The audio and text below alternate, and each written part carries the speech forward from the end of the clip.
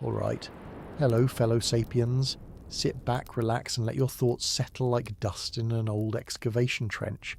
Tonight we're brushing time away from a name you've heard your whole life, a people more mythologized than understood.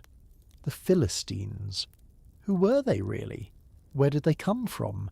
And why does their true story begin long before any legend attached itself to them? This journey is not political. It is archaeological. A quiet walk through coastlines, ship routes, burned cities, hybrid cultures, and the everyday objects that reveal who these ancient newcomers actually were. No modern borders, no modern labels, only the evidence left in soil, ceramics, bones, and ruins. All right, now let's begin. Imagine this. A coastline before any footsteps, quiet beneath a sky that had not yet been asked to remember names. A strip of earth so narrow it could vanish beneath the traveller's outstretched hand, yet shaped by forces older than memory, older than the civilizations that would one day rise and fall upon it. What if the story of the Philistines does not begin with their arrival, nor with the migrations that carried them across the sea, but with a landscape already arranging itself for their coming? A place where wind, water, and stone spent thousands of years preparing the conditions that would make a new culture possible. We do not know for certain how this coastline looked to the first families who approached it by land or by ship, but the evidence suggests that long before any newcomer appeared, the southwestern coastal plain of the Levant had already become a natural corridor, a quiet invitation shaped by climate cycles and geological patience. Picture the shoreline as it shifted during the late centuries of the Bronze Age, when global climate rhythms pushed the sea forward and then drew it back again over long intervals. In wetter periods, storms from the Mediterranean brought higher water levels and carved new embayments into the coast. In drier centuries, the sea retreated, exposing stretches of sand and clay that would later hold the earliest traces of human settlement. Archaeologists reconstruct these movements by studying ancient beach ridges buried inland, and by reading layers of marine shells carried upward by rising tides thousands of years ago. These shifting margins mattered because each change altered where people could walk, where plants could take root, and where the earliest fields could be cleared. The coast was not a simple line. It was a moving boundary, shaping possibility with each climatic turn. Across this land, winter winds blowing from the northwest carried fine dust that settled into the Lues plains, forming soils of unusual fertility. These deposits built up slowly, often just a few centimetres at a time, laid down after each storm season. Over centuries they created a band of earth soft enough for early cultivation long before metal ploughs existed. Even without written records, the soil itself preserves an agricultural memory. It holds concentrations of minerals and organic residues that reveal repeated cycles of planting and abandonment, marking periods when foragers or early farmers took advantage of the plain's gentle surface. Less soils may seem unremarkable, but in a region framed by limestone hills and desert plateaus, this rare softness shaped the story of settlement as much as any later migration. Beneath the plain, soft limestone ridges tilted gently toward the sea, the result of ancient tectonic uplift. These ridges fractured into channels where rainwater seeped through porous stone and collected in shallow basins. Some of the earlier settlement clusters appear along these subtle rises in the landscape.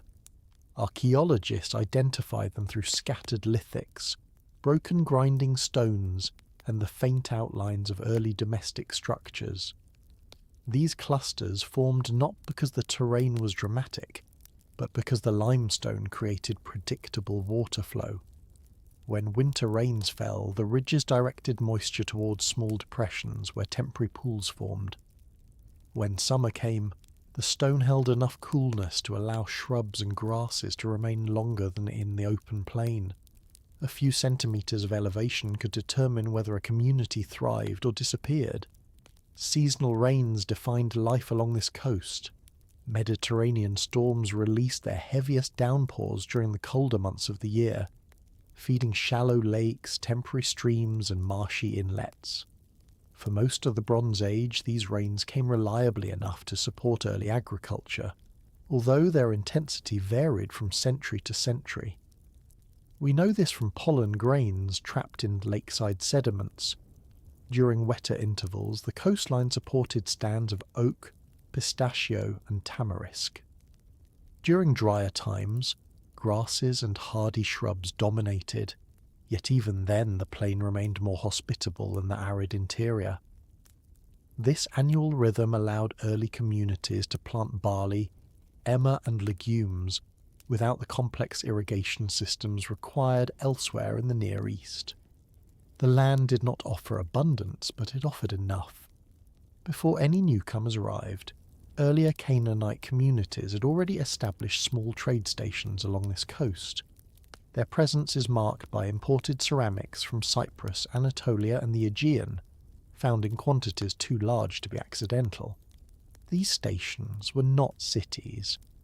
They were modest clusters of storage jars, hearths, and simple structures built near natural anchor points where ships could land safely. Some appear to have functioned as redistribution points for goods moving between inland towns and maritime routes.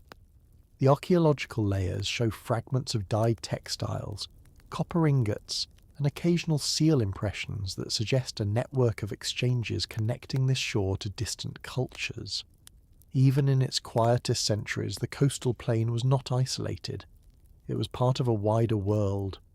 When these pieces are placed together, a picture emerges of a landscape that shaped human opportunity long before the Philistines existed. A coastline whose fertility depended not on river floods, like the great civilizations of Egypt or Mesopotamia, but on the interplay of wind and soil. A place where settlement clusters formed around geological advantages so subtle they are almost invisible today. A region that opened naturally toward the sea and inward toward the hills, creating a corridor that invited movement across it in both directions. We do not know whether any early inhabitant looked upon this land and understood its long-term significance, but the evidence suggests that the stage was already set, waiting for new actors to enter.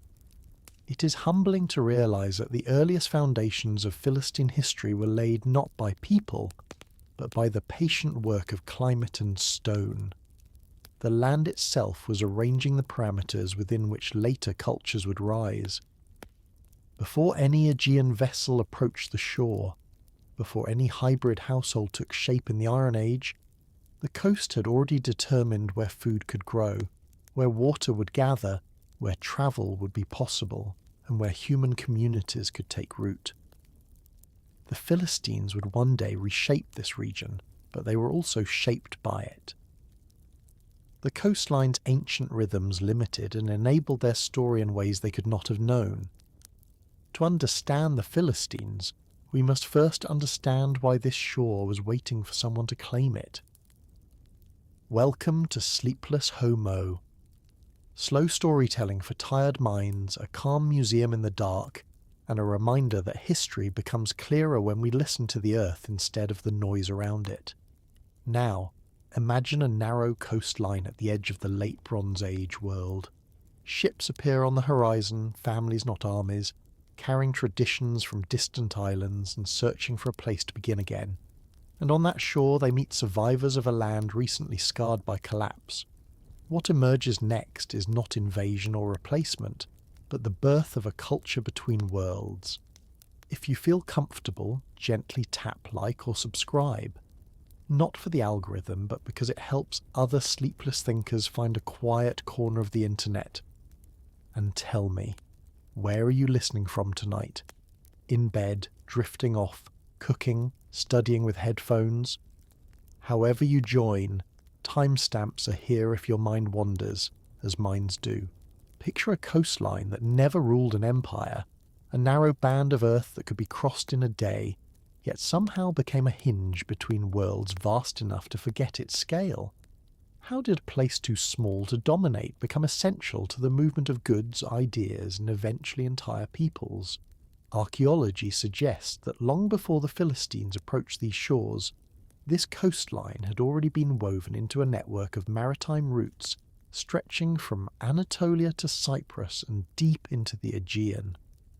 We do not know for certain how early sailors perceived this stretch of land, but the evidence indicates they treated it as a familiar waypoint, a place where ships could land safely, where merchants could trade, and where inland communities could meet the wider world. Long before the arrival of migrants in the early Iron Age, the coastal plain served as a quiet mediator of exchange. Its shores shaped as much by the movement of objects as by the movement of tides. One of the clearest traces of this ancient connectivity comes from the distribution of Mycenaean pottery across the settlements of coastal Canaan. Sherds of fine decorated vessels, often made with techniques characteristic of palatial workshops in the Aegean, appear in layers dating to the 13th and 14th centuries before the present era. They are found not only in major ports but also in smaller inland communities linked to the coastal trade. Chemical analyses of the clay suggest many were imported ready-made, while others were produced locally in imitation of Aegean forms.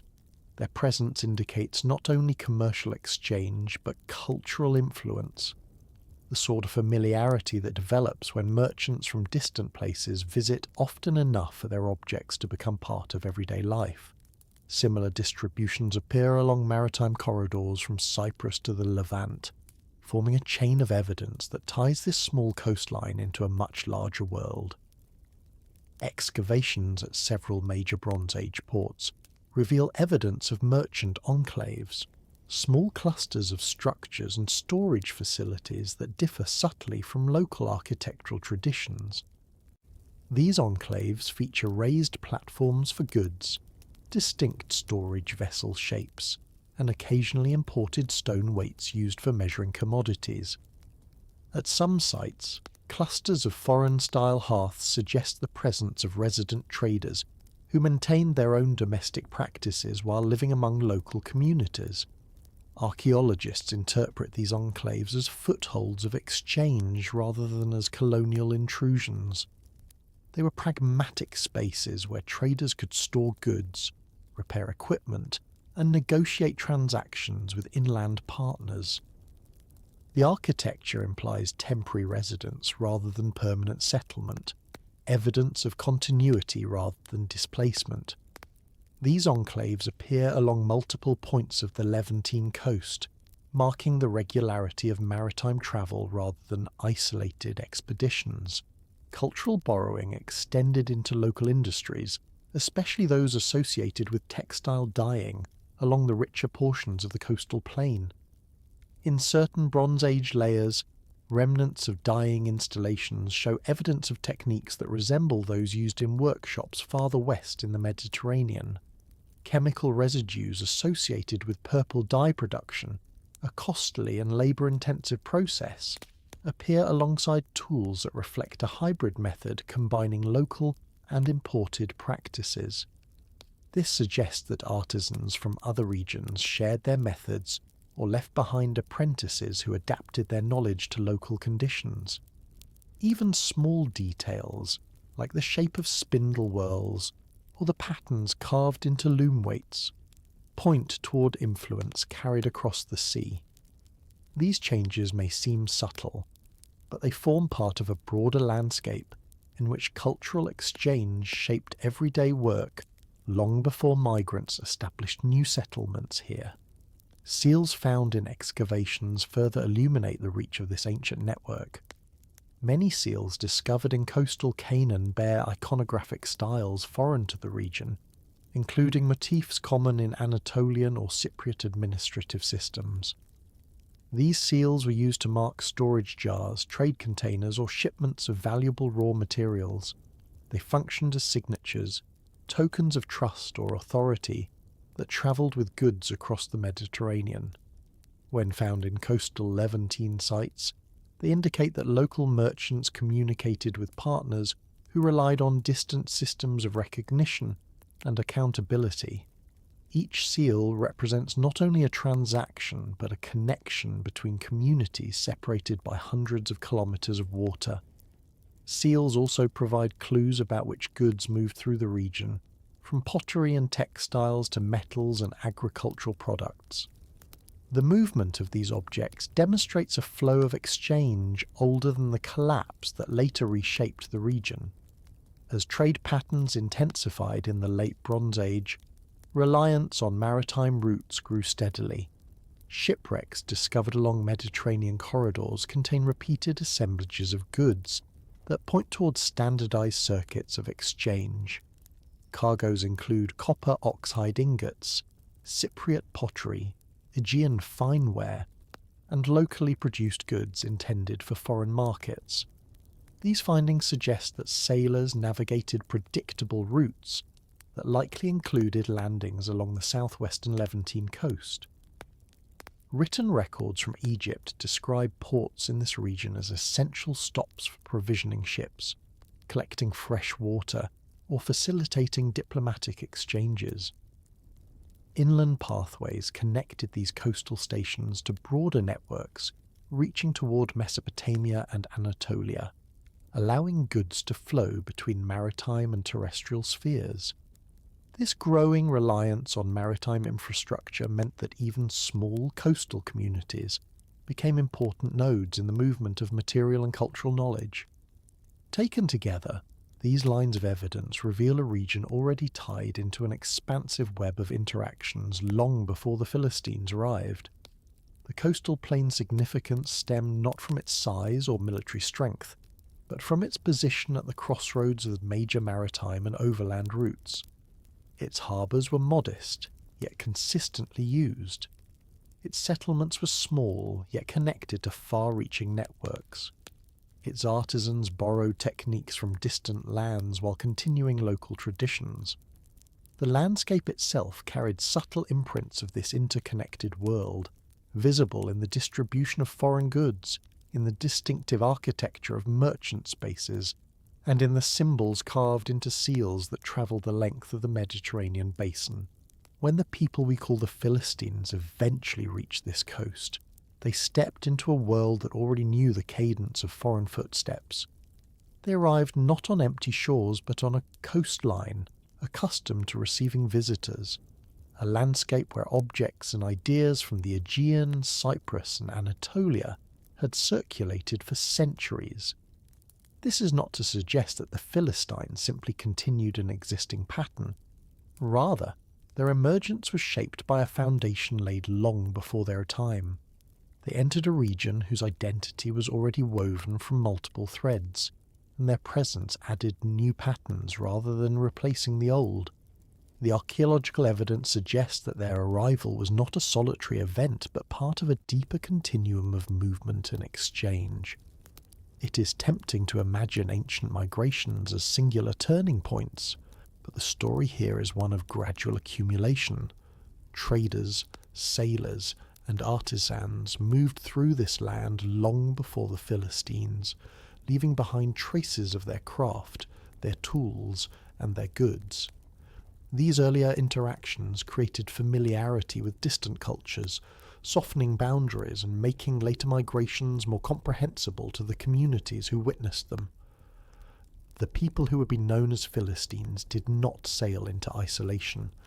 They entered a region predisposed to connection, a coastline that had been learning the language of exchange for generations. But a bridge becomes meaningful only when something crosses it. A world of kingdoms and coastal towns that have known centuries of steady trade begins to change its voice. Not through sudden catastrophe, not through a single moment that people living then could have named, but through small shifts accumulating like dust settling in a long hallway. Picture markets where ships arrive a little less frequently each year, fields where rains pause longer between seasons, and scribes who start writing letters edged with worry. If we listen closely to the evidence left behind, we begin to hear a civilization lowering its tone. What does a society sound like when it begins to fail? The answer is not a single noise, but a quiet unravelling recorded in pollen, pottery, burnt timber, and the fading confidence of rulers who once believed the world would always work in their favour. We do not know for certain the exact year when people realised something fundamental was changing, but the evidence suggests that by the late 13th century before the present era, an interconnected system stretching from the Aegean to Mesopotamia had begun to strain under forces larger than any one kingdom could contain. The revelation does not come from a dramatic story, but from a simple observation. Climate, trade, and political stability shifted together. When these threads pulled simultaneously, they weakened a world that had depended on continuous exchange. In that slow weakening, we begin to see the stage forming for migrations, collapses, and the arrival of groups who would soon reshape entire coastlines, including the shore we now associate with the Philistines. Pollen cores extracted from ancient lake beds provide one of the quietest but clearest windows into this transformation. Layer by layer, they reveal a sequence of years in which drought deepened its hold across the eastern Mediterranean. Grasses that flourish in moisture diminish, while species adapted to dryness appear more frequently. No ancient writer tried to explain these changes in botanical terms, yet the land remembers what people forgot to record. Multi-year droughts, reconstructed through careful analysis, suggest a prolonged reduction in rainfall. These were not brief anomalies. They were long arcs of scarcity that pressured farmers, shepherds, and the administrators who depended on predictable harvest to maintain stability. A civilization built on surplus found itself negotiating with the climate rather than controlling it. The Amarna archives, composed of clay tablets exchanged between rulers in the 14th century before the present era, carry the human voice of this environmental stress.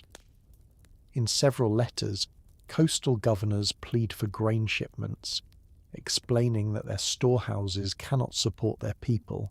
Some blame neighbouring groups for raiding fields, others point to poor rainfall or disrupted trade routes. Their tone is diplomatic but strained. These were not messages written by leaders who felt secure. They were appeals from administrators watching their territories fray at the edges. Though these tablets predate the final decades before collapse, they reveal a pattern. Reliance on distant suppliers made these regions vulnerable when climate and politics shifted together. Archaeological layers from coastal towns across the eastern Mediterranean add another dimension. Excavations show that during the late 13th and early 12th centuries before the present era, long-distance pottery imports decreased sharply. Mycenaean and Cypriot wares become rare. Maritime links that had tied distant shores together begin to loosen. Pottery is one of the most durable storytellers in archaeology. When imported fragments vanish from household layers, it signals not a change in taste, but a disruption in the systems that ensured their steady arrival. These absences are as revealing as any inscription. They show a network flickering. In some regions, destruction layers appear almost abruptly. Towns once connected by trade routes were burned and abandoned. Ash and collapsed masonry provide the physical evidence, but the causes behind each fire vary. Some destruction seems to have resulted from conflict. Other layers suggest accidental burning or internal unrest. The pattern is uneven, but its scale suggests a region-wide instability. No single invading force swept through every site. Instead, we see a mosaic of failures, each shaped by local conditions but influenced by broader environmental and economic stresses. The landscape becomes a record of uncertainty, preserved in charcoal and broken walls. In parallel, mobility increased. groups displaced by drought, conflict, or economic collapse began moving in search of more stable terrain. Some travelled from inland regions toward coastal areas where maritime trade still offered resources. Others crossed the sea itself, driven by conditions we can only infer from archaeology. These movements are visible in scattered artefacts and the sudden appearance of new pottery styles far from their places of origin. The people behind these objects are often invisible, but their presence is unmistakable. They were navigating a world in which old certainties had begun to dissolve. When all this evidence is placed together, it forms a quiet but undeniable picture of a civilization in transition. Not in the sense of a sudden fall, but in a gradual redirection of energy and movement. A stable system relies on predictability, and predictability had become scarce. Rainfall patterns had shifted. Trade networks no longer functioned with the same reliability. Political alliances formed over centuries began to weaken as rulers faced internal challenges and external pressures. The world that had once tied coasts together through grain, textiles, timber, and metals was now pulling apart. And in that pulling apart, opportunities emerged for groups who had long observed these shores from afar. What does a civilization sound like when it begins to fail? Perhaps it sounds like merchants waiting longer for ships that do not arrive, or governors writing letters edged with fear, or families hearing the unfamiliar quiet of fields that no longer grow as they once did. The collapse of the Bronze Age was not a single event. It was a series of absences, shortages, and silences that accumulated slowly until the old order could no longer hold. By the time those changes were fully felt, new groups were already moving, carrying with them skills, memories, and the resilience forged by hardship. This realization opens a pathway toward understanding the world the Philistines entered. They did not step into a place of stability. They arrived at a moment defined by fragility and flux, shaped by factors far beyond the horizon they had left behind. Their story cannot be told without acknowledging the landscape of uncertainty that received them. The late 13th century before the present era was a threshold, and thresholds are rarely quiet. Yet the evidence suggests that this threshold was defined less by explosive conflict, and more by the slow erosion of systems once thought permanent. Into this instability stepped new peoples whose origins lay far across the water.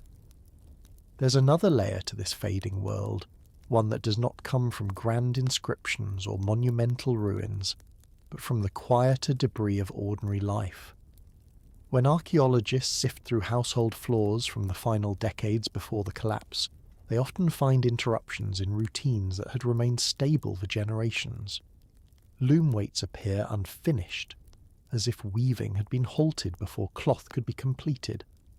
Storage vessels that once held oils or dried legumes sit empty and cracked, their surfaces showing signs of long exposure rather than recent use. Grinding stones become fewer in number in some regions, suggesting not the absence of grain entirely, but the breakdown of the reliable flows that made daily milling predictable.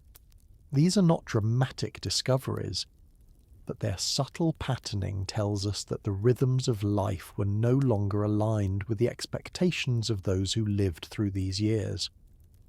In coastal settlements, architectural repairs grow irregular.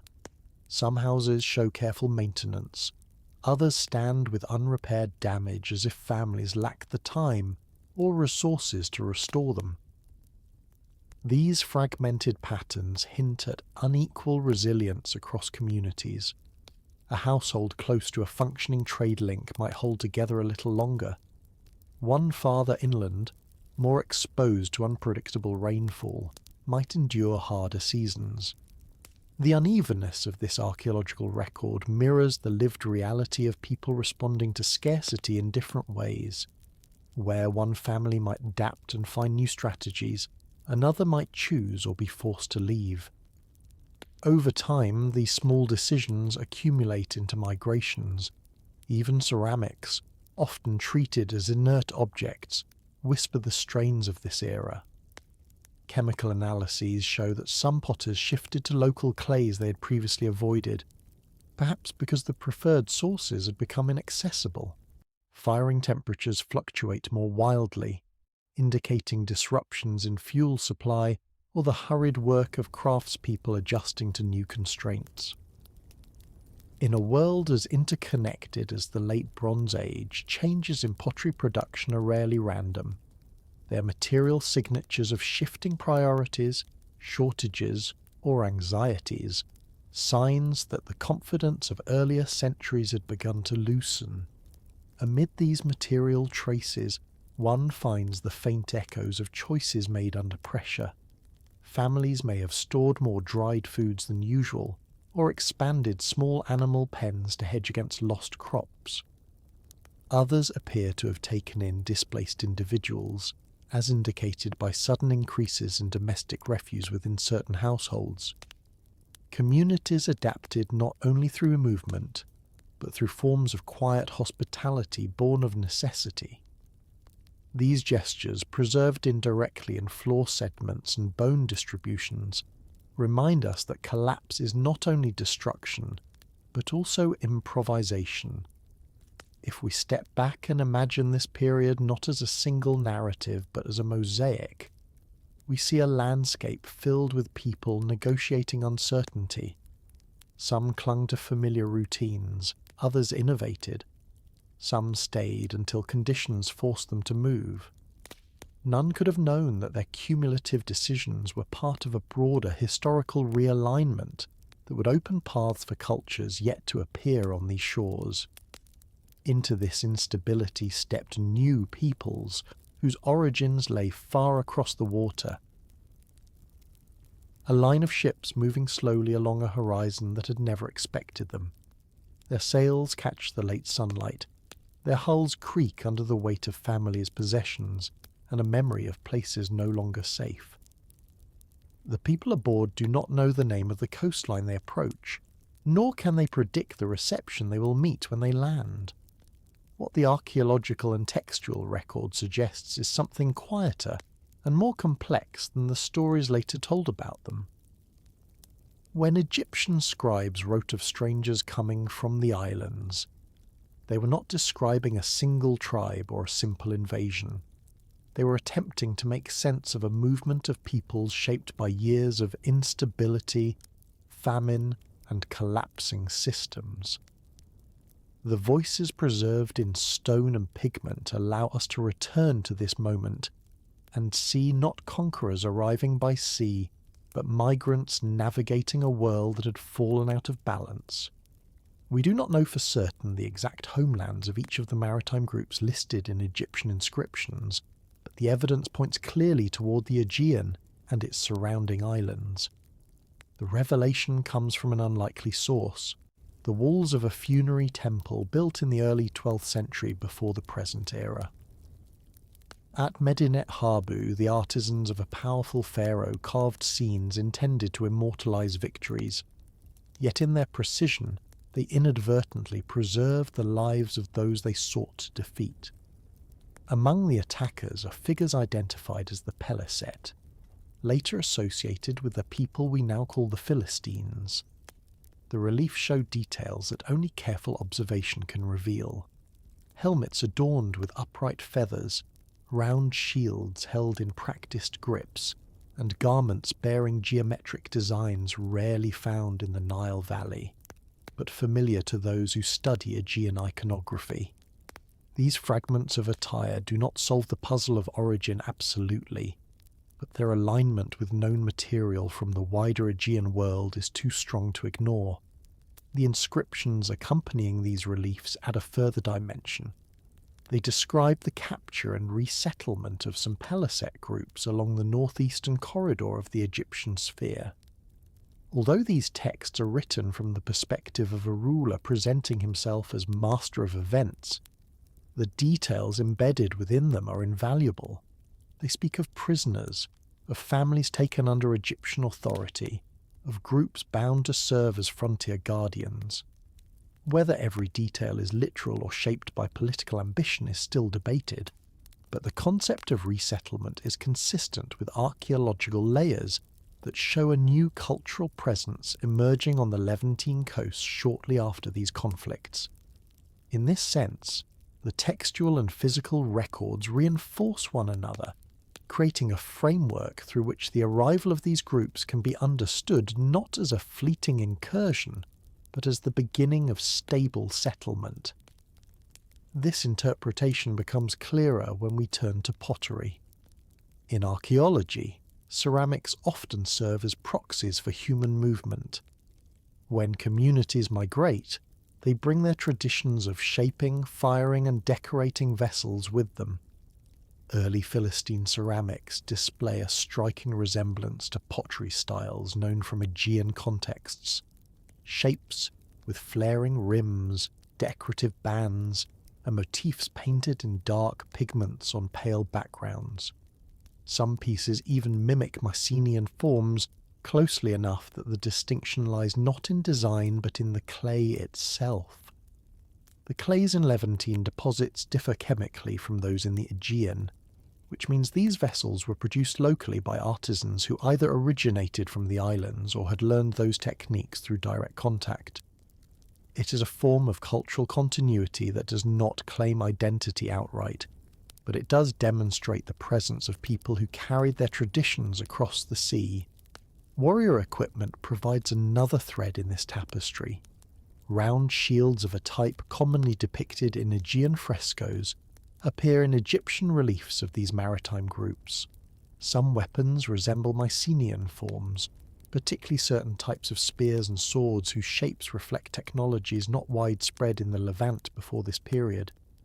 Details such as shield grips, helmet contours, and garment patterns do not serve as definitive proof of origin, but their combined presence signals influence from communities accustomed to Aegean martial aesthetics.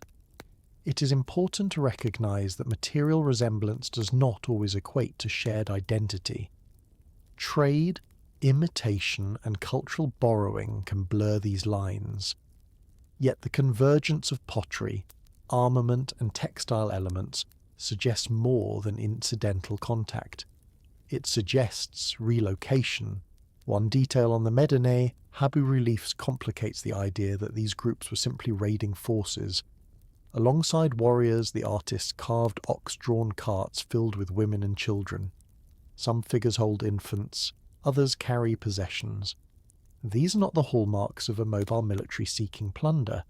They are the markers of a migrating community seeking land, stability, and a future.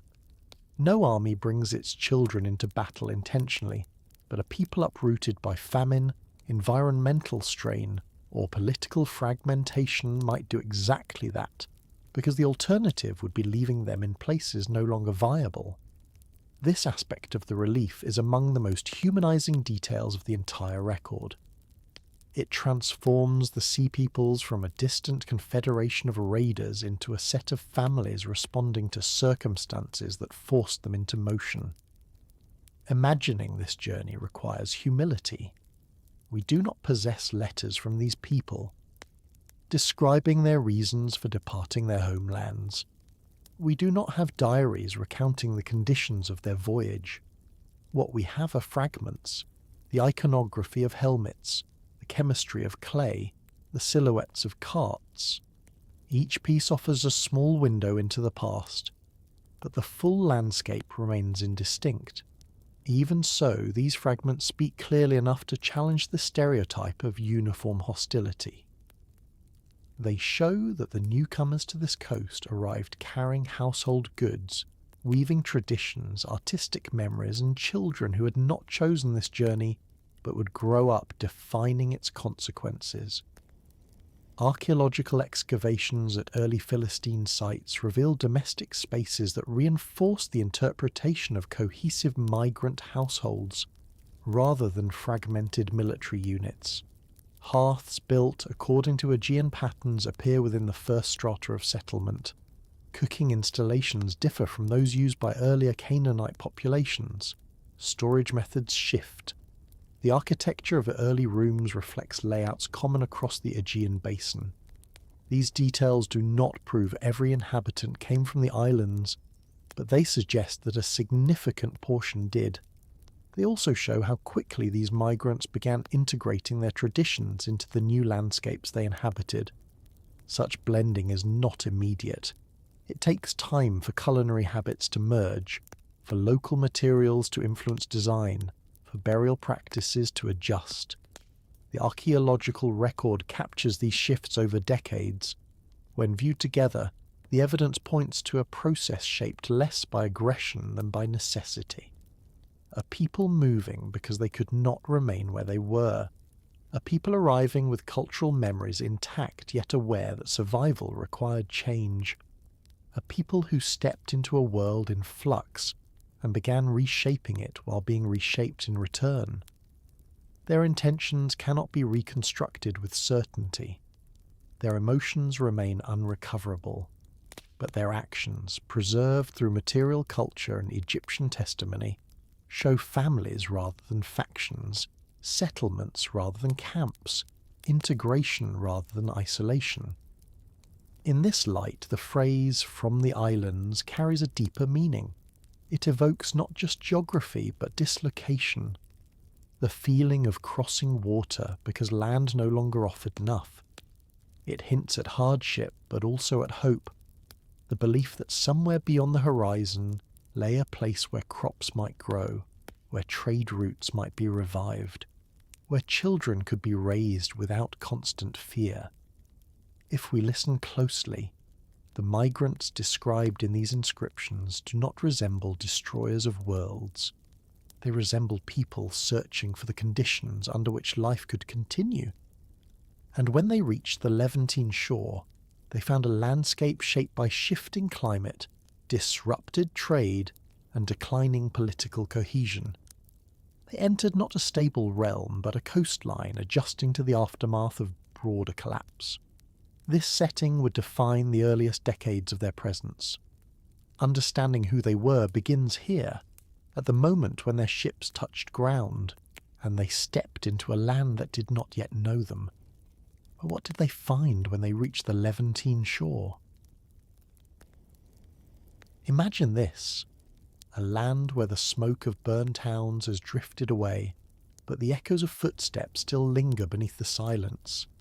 Picture a coastal plain that has endured destruction but not disappearance, its fields scarred yet not abandoned, its households diminished yet not erased. When we think of collapse, we often imagine empty landscapes, voids where life once flourished. But the archaeology of the late Bronze Age coastal plain tells a quieter, more complicated story. Cities burned, yes, walls fell, roofs collapsed. Yet beneath those layers of ash and debris lay something else: continuity, persistence, and the steady presence of people who survived. What happens to a land after its cities are burned but not emptied? The evidence suggests a place reshaped, not vacated. A place waiting, perhaps unknowingly, for new arrivals. We do not know for certain what each household endured in those final chaotic decades before the 12th century, before the present era, but excavations reveal consistent patterns across the coastal plain. Destruction layers appear in many towns, identifiable by collapsed beams, ash deposits, and rapid abandonment of domestic items. These layers do not speak with a single voice. Some show intense burning, others indicate hasty departure. In a few cases, pottery lies shattered where it once stood on shelves, suggesting disruption rather than careful evacuation. Archaeologists reconstruct these moments not to dramatize them, but to understand their diversity. No single event swept uniformly across the coast. Instead, a mosaic of calamities unfolded, shaped by local pressures, internal instability, or external conflict. Yet even in places where the destruction is severe, the strata above it reveal something unexpected: life returning. Settlement patterns following these destruction layers show reduced populations in many sites, but they do not show abandonment. Families rebuilt modest structures within or beside the ruins. The population density declines, but the cultural imprint continues. We see this in the layers immediately above the burnt debris, where hearths reappear, refuse accumulates, and new pottery fragments mingle with the remnants of the old. These traces do not belong to new groups. They belong to the survivors of the coastal plain, people who weathered the crisis and adapted to its aftermath. Their resilience contradicts the idea that the region lay empty when migrants arrived from across the sea. Burial practices reinforce this continuity. Across the destruction horizons, the archaeological record shows that local interment traditions persist. Tomb forms, grave goods, and body positioning remain consistent with earlier Canaanite customs. Had the population been fully displaced, these practices would have vanished or shifted abruptly. Instead, they continue with a kind of quiet determination, suggesting that communities sought to maintain rituals even during periods of uncertainty. Funerary pottery shows gradual stylistic changes over time, but not the sudden break that would accompany a total population replacement. These burials offer a subtle testimony.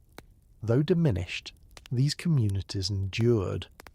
Another thread of evidence emerges from ceramics. After the destruction layers, local pottery forms continue to appear in domestic contexts. Bowls, storage jars, and cooking pots bear the familiar shapes and fabrics characteristic of the region before the collapse. Alongside these vessels, however, early Aegean-style ceramics begin to appear. The two traditions overlap in the archaeological record not as competitors, but as companions. The presence of both suggests coexistence. Local potters continued their craft even as new artisans or new techniques arrived with the Philistine settlers. The resulting ceramic assemblages show hybridization in some layers, with shapes reminiscent of local traditions decorated with motifs inspired by Aegean styles. These mixed assemblages indicate cultural encounter, not cultural erasure. Architecture provides further insight. At several sites, early Philistine houses are built directly atop the ruins of earlier Canaanite structures. The foundations of the older buildings often serve as the base for new layouts, showing that the settlers adapted existing spaces rather than imposing entirely foreign plans. In some cases, the alignment of walls respects the orientation of earlier buildings, perhaps because these orientations worked well with local wind patterns or sunlight. In others, new rooms extend beyond older footprints, signalling expansion rather than replacement. But beneath these new floors lie the remains of the people who came before. This layering is not merely physical. It reflects a deepening relationship between survivors and newcomers, even if the details of their interactions have not survived in written form. These archaeological patterns do not offer a narrative of conquest. They offer a narrative of encounter. The Philistines did not enter an empty land. They entered a wounded one, where survivors held knowledge of fields, springs, soils, and seasons, knowledge that would have been indispensable to any newcomer seeking stability. The presence of local ceramics, burial traditions, and architectural remnants shows that these survivors remained embedded in the landscape. They were the ones who knew where water persisted through the dry months, where the soil was easiest to work and which routes led safely inland. The continuity of their material culture suggests that they did not disappear. Instead, they met the migrants who arrived on their shores. If we consider the early decades of Philistine presence, we can see signs of negotiation or cooperation written in artifacts rather than in texts. The rapid adoption of local clays in Aegean-style pottery implies that newcomers learned from the residents where the best clay sources lay. Shared hearth forms suggest that culinary traditions blended in domestic spaces. The persistence of Canaanite burial traditions suggests that local beliefs helped shape the early cultural identity that emerged in Philistine settlements. These traces do not reveal whether the meetings were peaceful. Archaeology often cannot answer that question. But they do reveal that the meeting occurred, and that its effects were profound. In this sense, the survivors hold a central role in the story of the Philistines. They carried forward practices that had shaped the coastal plain for centuries. They maintained rituals through instability. They rebuilt amid ruins. Their presence ensured that when newcomers arrived, they did not step into a void, but into a human landscape recovering from trauma. A landscape ready, through necessity, for new forms of community. The realization that emerges from these fragments is simple and humbling. The Philistines were not replacing a people. They were integrating into a region where residents remained, diminished but not erased.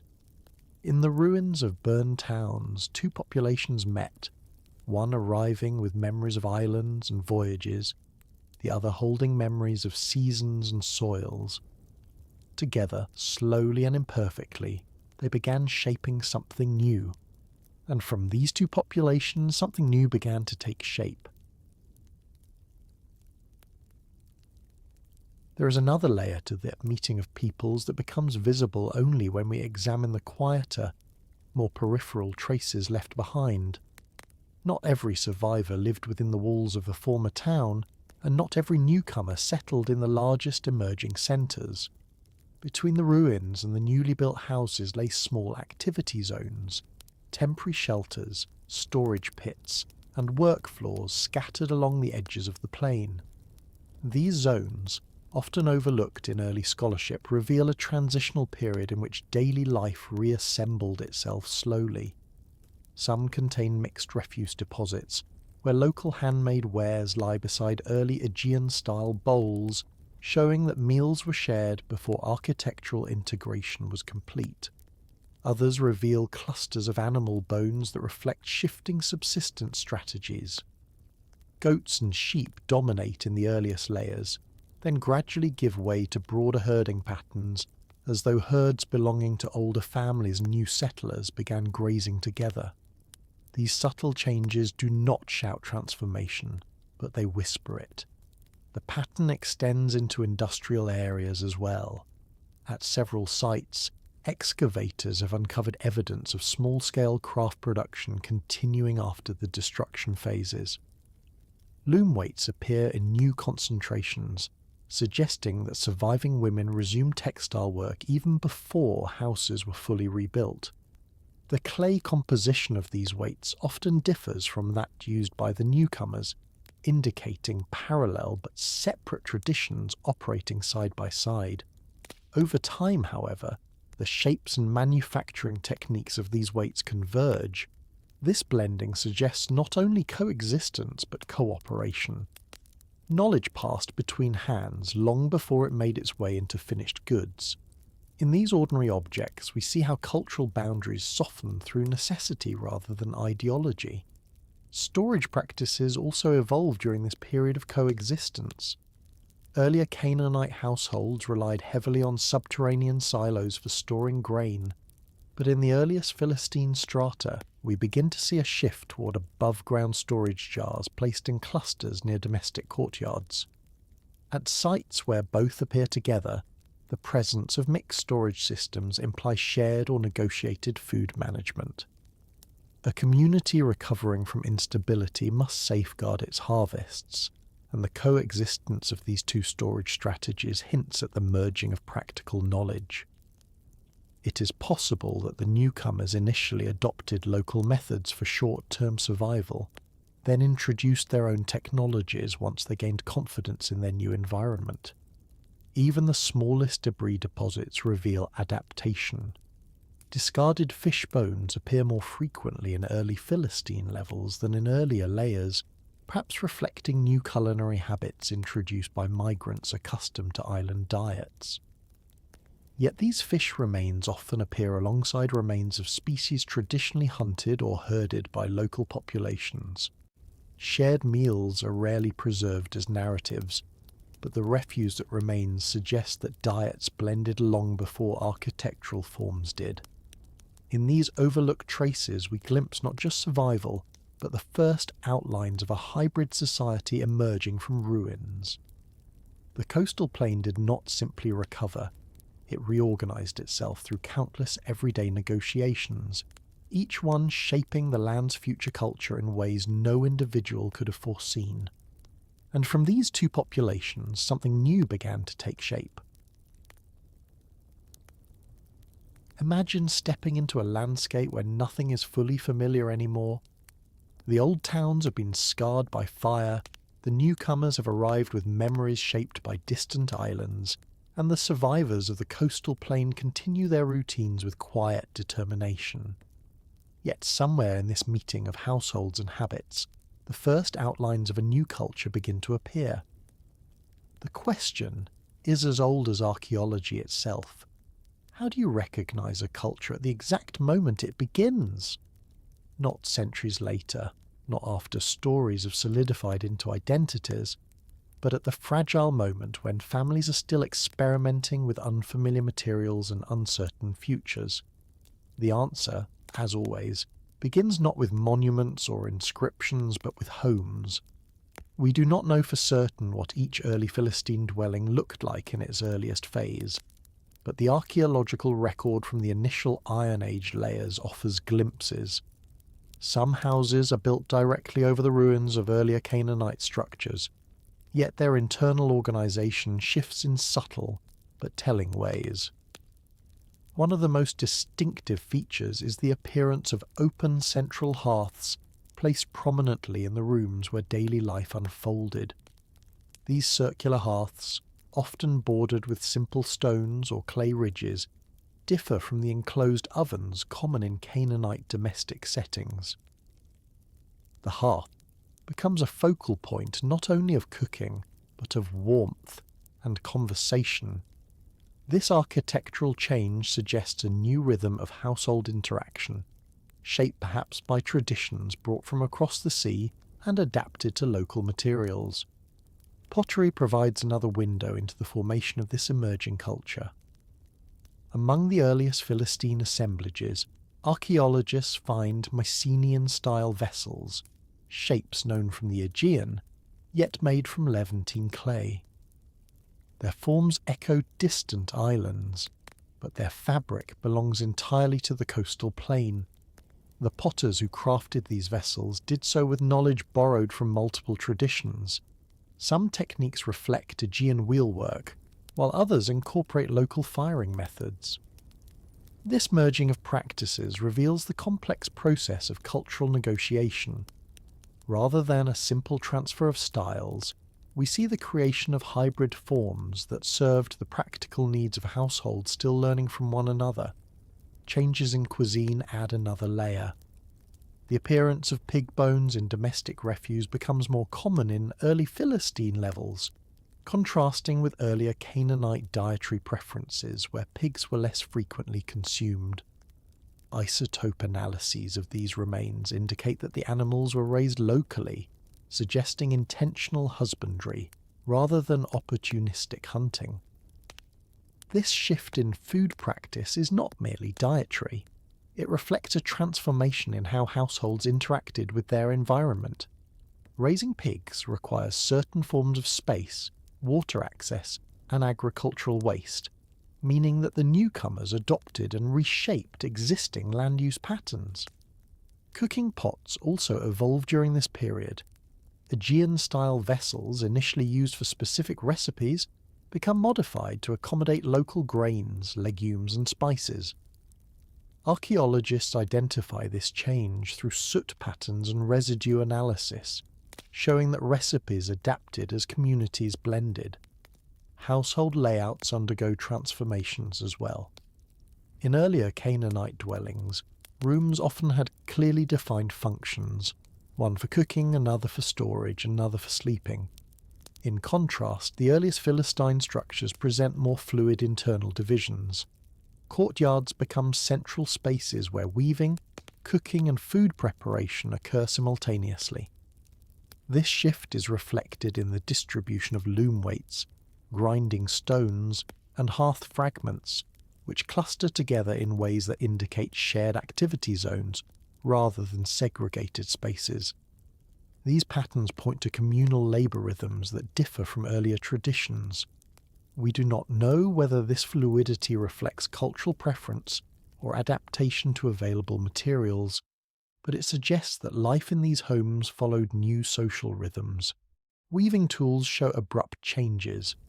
Loom weights of earlier Canaanite style continue for a time, but alongside them appear new forms, often heavier, more symmetrical, and arranged in patterns that align with Aegean weaving techniques. The coexistence of these tools suggests that women within these households, or across neighbouring households, exchange knowledge. Weaving, often learned informally and passed through generations, becomes a map of cultural exchange long before communities label themselves with ethnic names. If we look toward the courtyards, we find further evidence of cultural blending. Clay installations used for processing grains or fermenting beverages begin to change their shape. Some are circular, others rectangular, and the materials vary. These installations indicate experimentation with familiar processes but new tools. Even the placement of doorways shows subtle shifts, perhaps responding to wind patterns unfamiliar to the newcomers or aligning with long-standing local practices. In this interplay between inheritance and innovation, the first footprints of a new culture settle into the soil. Archaeologists speak often of hybridization, but the word can feel abstract. The material evidence from these households allows us to watch the process unfold in real time. A potter uses a local clay but shapes it according to distant memories. A cook modifies a recipe for grains that were not part of her ancestral diet. A family reorganizes their courtyard because the neighbours do the same, or because it suits the changing climate of a recovering region. Cultural identities do not emerge through proclamations. They emerge through countless daily decisions made by people who rarely consider themselves participants in history. The realization that emerges from these layers is quiet but profound. A culture does not appear overnight. It forms in kitchens where new flavours are tested, in courtyards where crafts blend, in the hands of potters shaping vessels that echo two worlds. It grows slowly, through gestures repeated until they feel natural, through tools adapted until their origins blur, through families learning from one another until distinctions fade. The first homes of the Philistines were less the beginning of a people, and more the beginning of a conversation. As households stabilised, settlements grew into something more ambitious. Another dimension of these early households becomes visible when we examine how space was navigated rather than simply arranged. In some of the earliest Iron Age structures, thresholds show unusual wear patterns compared to earlier Canaanite buildings. Instead of single entry points funneling movement through narrow doorways, several early Philistine homes appear to have multiple points of access. Secondary entrances open into side courts, while small pathways cut between buildings in ways that suggest a more open flow of movement. These patterns imply that neighbours may have moved between homes with ease, perhaps sharing tools, ovens, or even childcare. Where earlier dwellings emphasise separation between families, these early Philistine homes hint at a community knit through daily cooperation. It is in this choreography of footsteps that we glimpse the social fabric forming long before texts describe it. Inside the homes, small details reveal further change. The placement of grinding stones, for example, shifts noticeably in early Iron Age contexts. Instead of being fixed near interior walls, many are now located in semi-open courtyards. catching natural light and allowing airflow to disperse grain dust. This change may reflect the preferences of newcomers familiar with outdoor food preparation in island environments. But it may just as easily reflect an adaptation to local climate or a desire for shared labour spaces. Archaeology cannot tell us the motives, but it can show us that habit and environment shaped each other until new routines took root. Animal pens also appear in new configurations. Earlier domestic compounds often contained small enclosed areas attached to the rear of houses for goats or sheep. In the earliest Philistine levels, however, archaeologists find more dispersed evidence of animal keeping, tethering stones embedded near entranceways, narrow fenced strips beside houses, and compact dung layers in unexpected locations. These patterns suggest that livestock management was undergoing a period of experimentation. Families were not yet fully settled into predictable herding cycles. Instead, they were testing ways of integrating animals into tighter settlement layouts, or responding to different forage availability on the coastal plain. As these management strategies stabilized over generations, they contributed to the distinct economic profile that would later characterize Philistine towns. Metalworking debris provides yet another perspective. In some early homes, small quantities of slag and fragments of bronze appear in domestic context rather than in designated workshops. This distribution hints at households learning to repair or repurpose tools at a small scale, perhaps blending Aegean and Canaanite knowledge of metallurgy. These traces do not indicate advanced production, but rather the practical creativity of people adapting to a landscape where old supply networks had fractured. A broken knife or bent spearhead could not simply be replaced through long-distance trade. Families learned to mend what they had, and in doing so they shaped new techniques that would later evolve into more specialized industries. Even the earliest refuse deposits reveal a quiet transformation. Midden layers behind houses contain mixtures of faunal remains, pottery shards, and botanical traces that differ subtly from earlier periods. The proportions of domesticated versus wild species shift. Remains of certain coastal plants appear more frequently, likely reflecting the incorporation of local herbs into imported cooking traditions. Charred seeds show experimentation with new combinations of grains and legumes. These botanical fingerprints allow us to see how taste itself changes with cultural encounter. Recipes, like identities, are living things. In the midst of these small transformations, it becomes clear that no single innovation defines the birth of this culture. Instead, it is the accumulation of countless adjustments. A doorway widened, a hearth repositioned, a pot redesigned, a weaving weight reshaped. These early Philistine homes are not monuments, yet they record the work of people learning to live together despite different memories, different skills, and different expectations of the world. They are places where survival gave way to adaptation, and adaptation gave way to invention. The archaeological record preserves none of the words spoken in these homes, but it preserves the gestures, the pauses, the experiments, the solutions reached through quiet negotiation.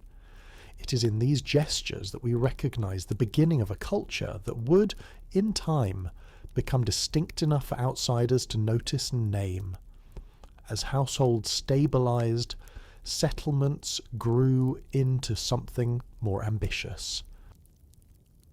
Imagine standing on a quiet ridge above the coastal plain in the early Iron Age, long before maps or borders, looking down at a landscape attempting to reorganize itself after decades of fatigue. Smoke no longer rises from ruined fields. Trade caravans pass again, though cautiously. From this ridge, the settlements below look modest, even fragile. Yet these small clusters of houses, granaries, workyards and walls will soon become the backbone of a new political world. It raises a question so simple that it almost feels evasive. Why did 5 small cities come to define an entire people? Archaeology offers a gentle answer. The earliest Iron Age levels in this region reveal that within a relatively short span of time, several urban centres, Ashdod, Ashkelon, Ekron, Gath, and a southern port often identified with early Gaza, grew in ways that were neither accidental nor improvised. These places were not chosen because they were large or wealthy, but because they sat along a corridor that mattered far more than their individual size.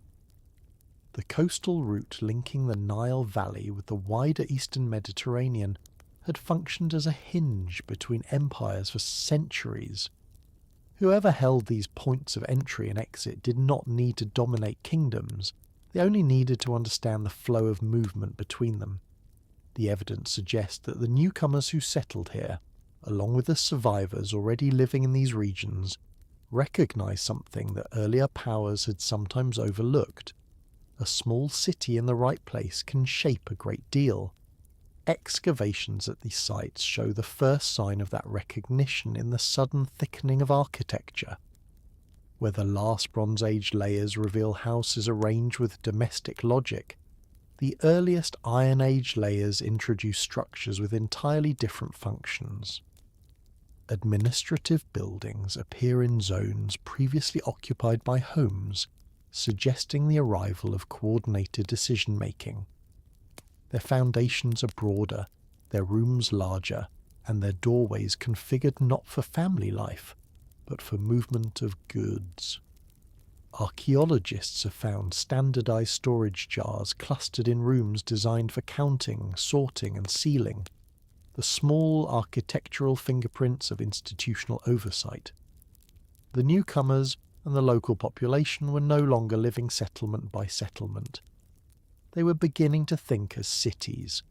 Further clues lie in the rapid expansion of facilities for processing agricultural products. Near Ekron, wide courtyards hold heavy stone presses set firmly into the ground. The sheer number of these installations in early Iron Age layers indicates a shift from produce grown for local survival to production aimed at export. Chemical residue analysis confirms the presence of large quantities of olive oil, and separate clusters of large jars suggest parallel production of wine. This is not the economic signature of a recovering region. It is the footprint of a society intentionally stepping into the commercial openings left by imperial withdrawal.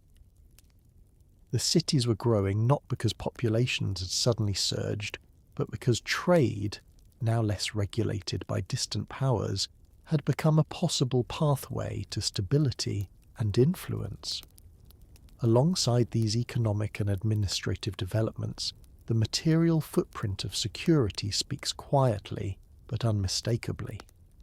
At Ashdod, long defensive embankments appear where earlier settlements had been open. At Ashkelon, a glacis slopes outward from the walls, its angled surface designed to prevent undermining.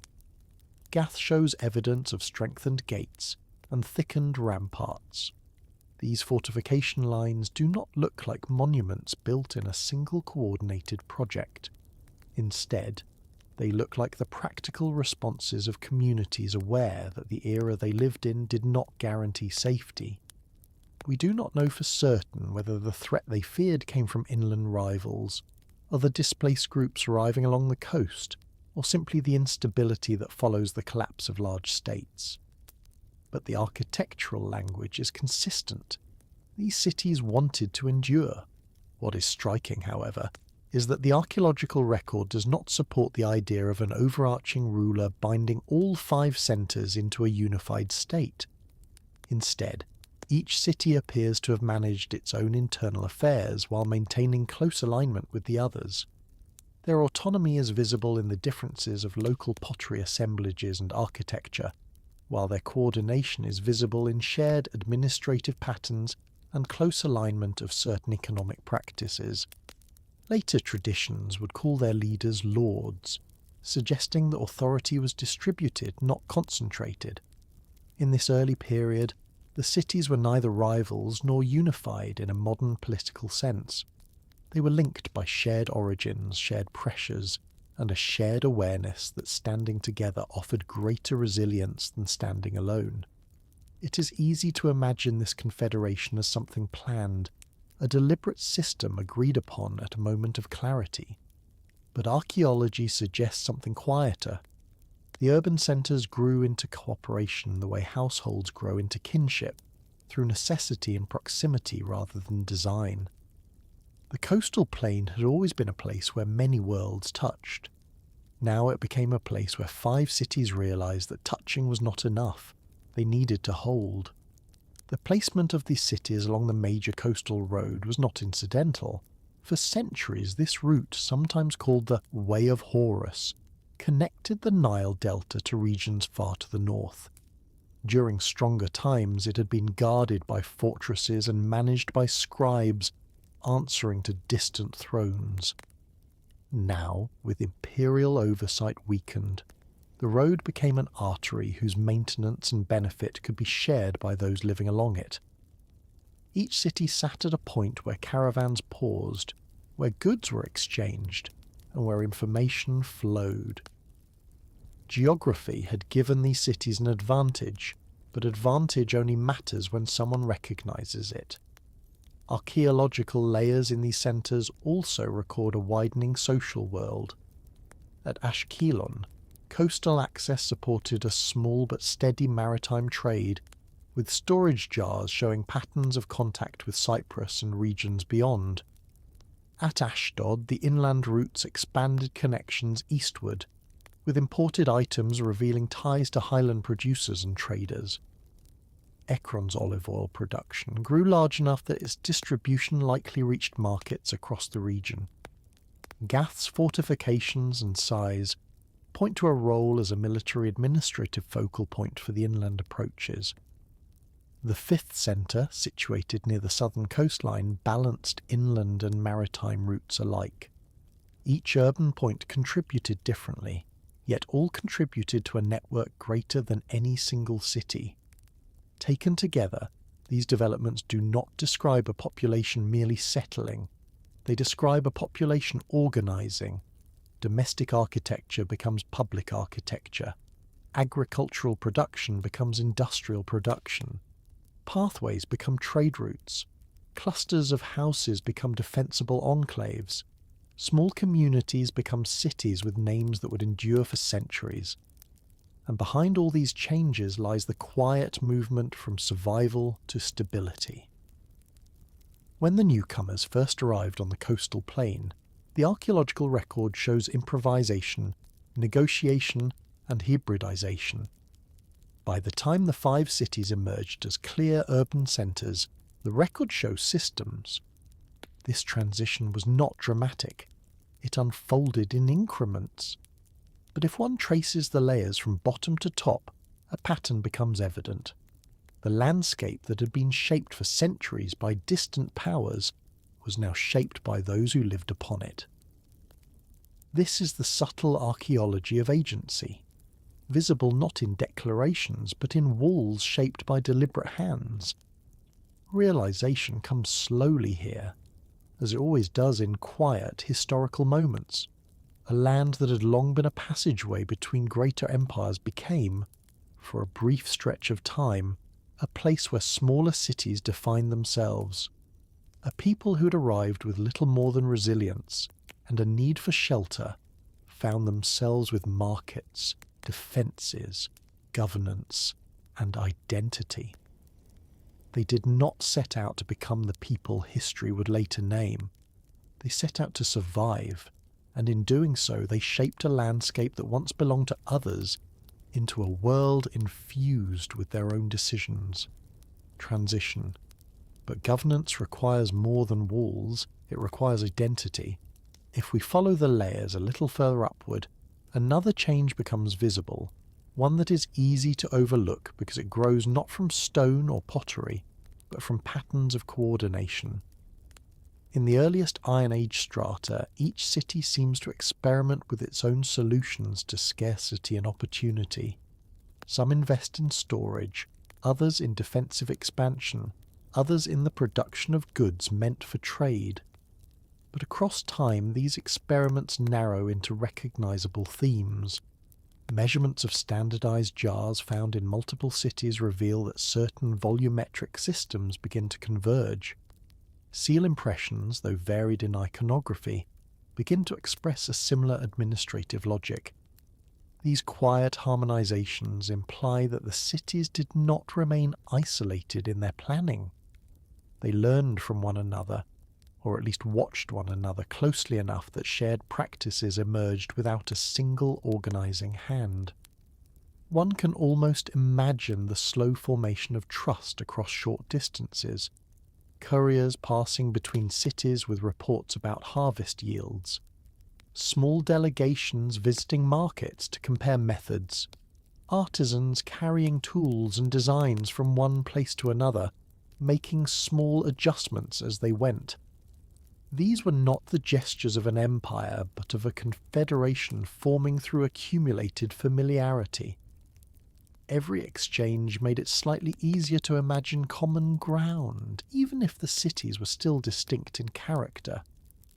Ashdod's inland strength, Ashkelon's maritime orientation, Ekron's agricultural capacity, Gath's defensive posture, and the southern port's control of routes toward the desert each offered something different to the whole. Diversity became an asset, not an obstacle. Another layer of evidence underscores this shift. In multiple cities, public meeting areas grow more defined.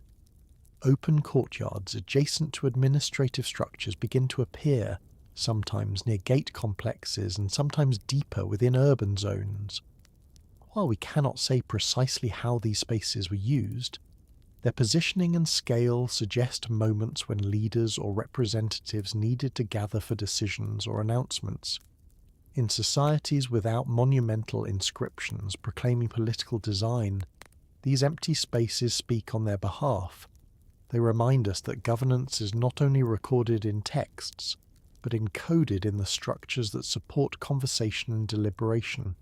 Even the waste recovered from these urban centres contributes to the picture.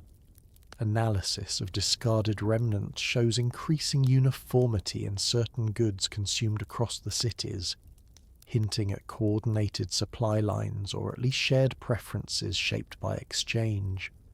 When multiple urban centres begin to consume similar items in similar proportions, it signals that they are no longer responding solely to local conditions.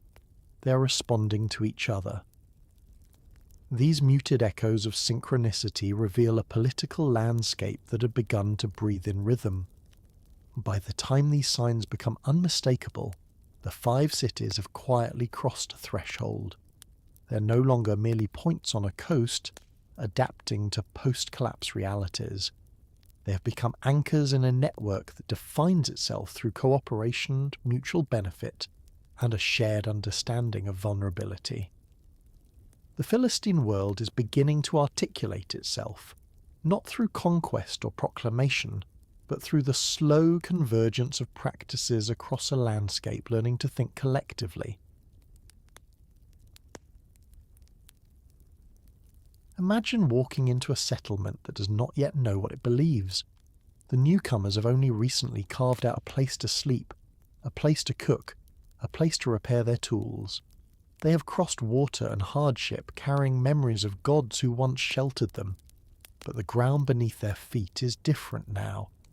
The sky arches over a new horizon line, and every path through the fields leads past older stones carved long before their arrival. In such a moment, belief is both anchor and question. What did these newcomers trust when they stepped onto unfamiliar soil, and how did those inherited convictions meet the land that received them? Archaeology offers clues that feel almost whispered. The earliest Iron Age shrines in the coastal plain display offering stands carved in shapes familiar from Aegean centres, their proportions and pedestal forms echoing traditions carried by migrants. Yet these stands sit beside altars unmistakably Levantine in material and design. This juxtaposition is not decorative coincidence. It suggests that the early communities arranged sacred space by layering the familiar over the inherited sacred geography of the region. Excavations at multiple sites reveal that these shrines do not replace older Canaanite sanctuaries wholesale. Instead, they appear as additions, modifications, or shared enclosures. The pattern implies accommodation rather than erasure, reverence rather than conquest. We do not know the ritual words spoken there, but the architecture shows a dialogue rather than a monologue. Additional layers of belief emerge in the worship of deities long rooted in the land. Inscriptions and iconography indicate continued reverence for gods such as Dagon and Start, figures central to Canaanite religious life. Their images are found not in marginal corners, but in primary ritual contexts. This continuity tells us that spiritual authority in this early period was not drawn exclusively from the newcomer's heritage. Instead, authority was embedded in the landscape they entered, shaped by the moral geography of the region, its stories, its older sanctuaries, its cycles of fertility and scarcity. Archaeology suggests that the newcomers did not attempt to redefine the heavens. They attempted to live within them. The religious objects themselves speak with quiet subtlety. Imported symbols appear on pottery and ritual vessels, but they rarely remain unchanged. Aegean spirals soften into Levantine curves. Sea motifs find themselves intertwined with plant iconography native to the region. The hands that shaped these vessels were not merely replicating old symbols, they were reinterpreting them. This kind of artistic evolution does not happen in a single generation.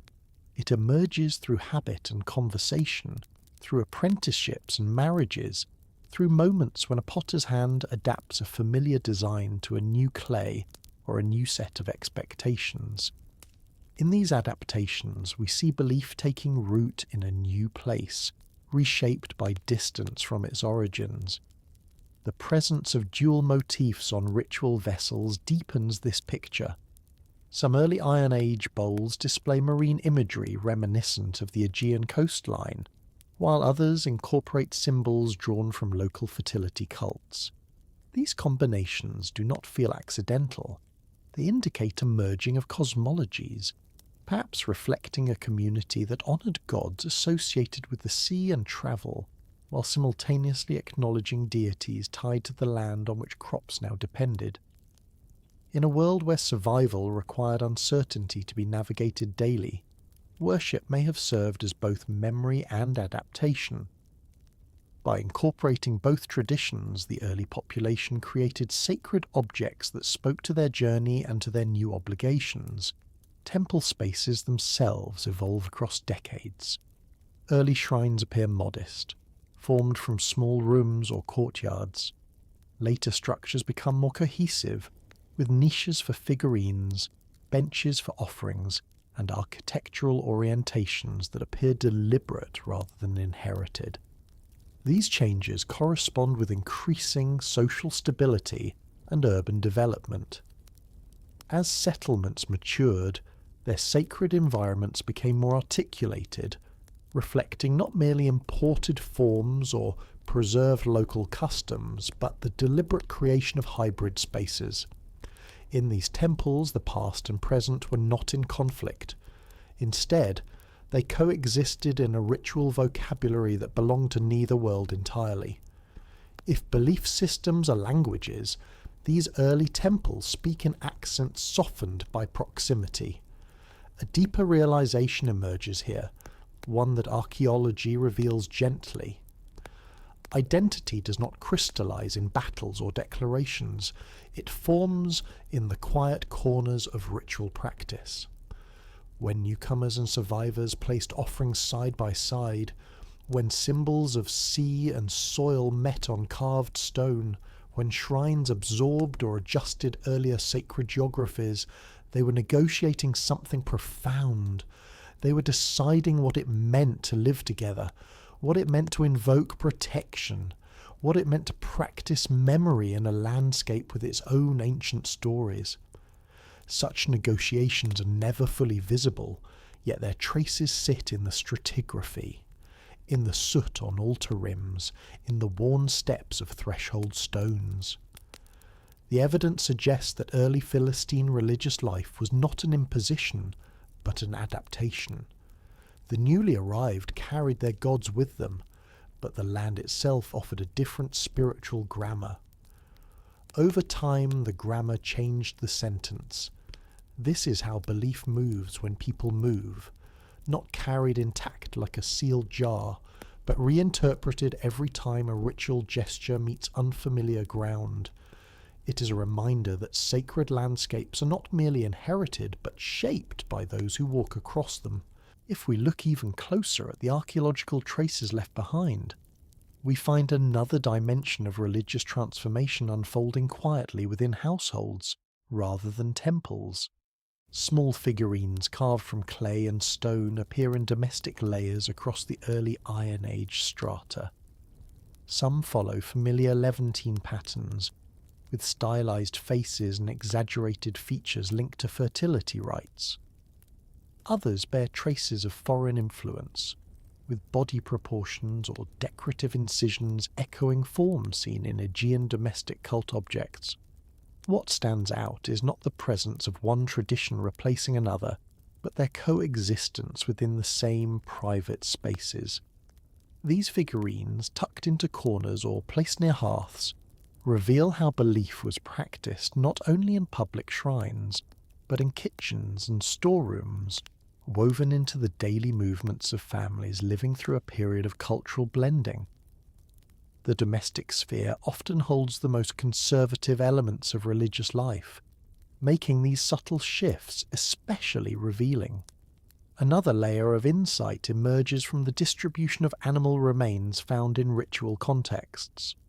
While the newcomers engaged in practices reminiscent of their places of origin, the selection of sacrificial species begins to align with local conventions over time. Bones found in offering pits suggest that certain animals associated with older regional rites maintained their symbolic importance. This adaptive choice speaks to a deeper principle in how communities adopt new lands. Practical necessity often shapes religious interpretation. When people work fields, manage flocks, and depend on the fertility of local ecosystems, their rituals inevitably become tied to the rhythms of that land. Belief becomes situated, anchored not just in memory but in environment. The newcomers may have honoured gods linked to their voyage, but their offerings suggest a growing acknowledgement of the deities who govern the soil beneath their feet. There is also evidence of shifting ritual behaviours around death and burial. While fully intact graves from this period are rare in urban centres, scattered finds show gradual convergence in burial customs.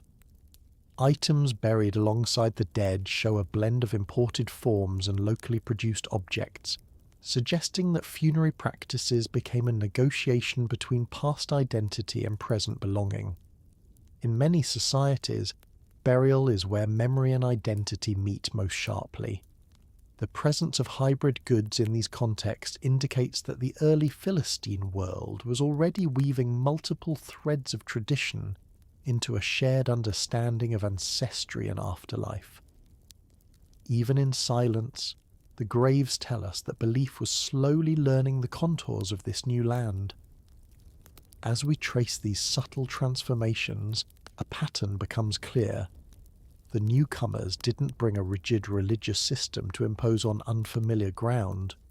They brought practices shaped by experience, and as they encountered new landscapes, new neighbours, and new uncertainties, their rituals absorbed these influences. Belief in this sense acted less like a boundary and more like a membrane, permeable enough to allow exchange but structured enough to maintain continuity. It is in this permeability that identity begins to deepen, forming not from a single source but from the meeting of many. A coastline still recovering from fire and upheaval, its towns rebuilt in new shapes, its markets filled with accents from multiple horizons.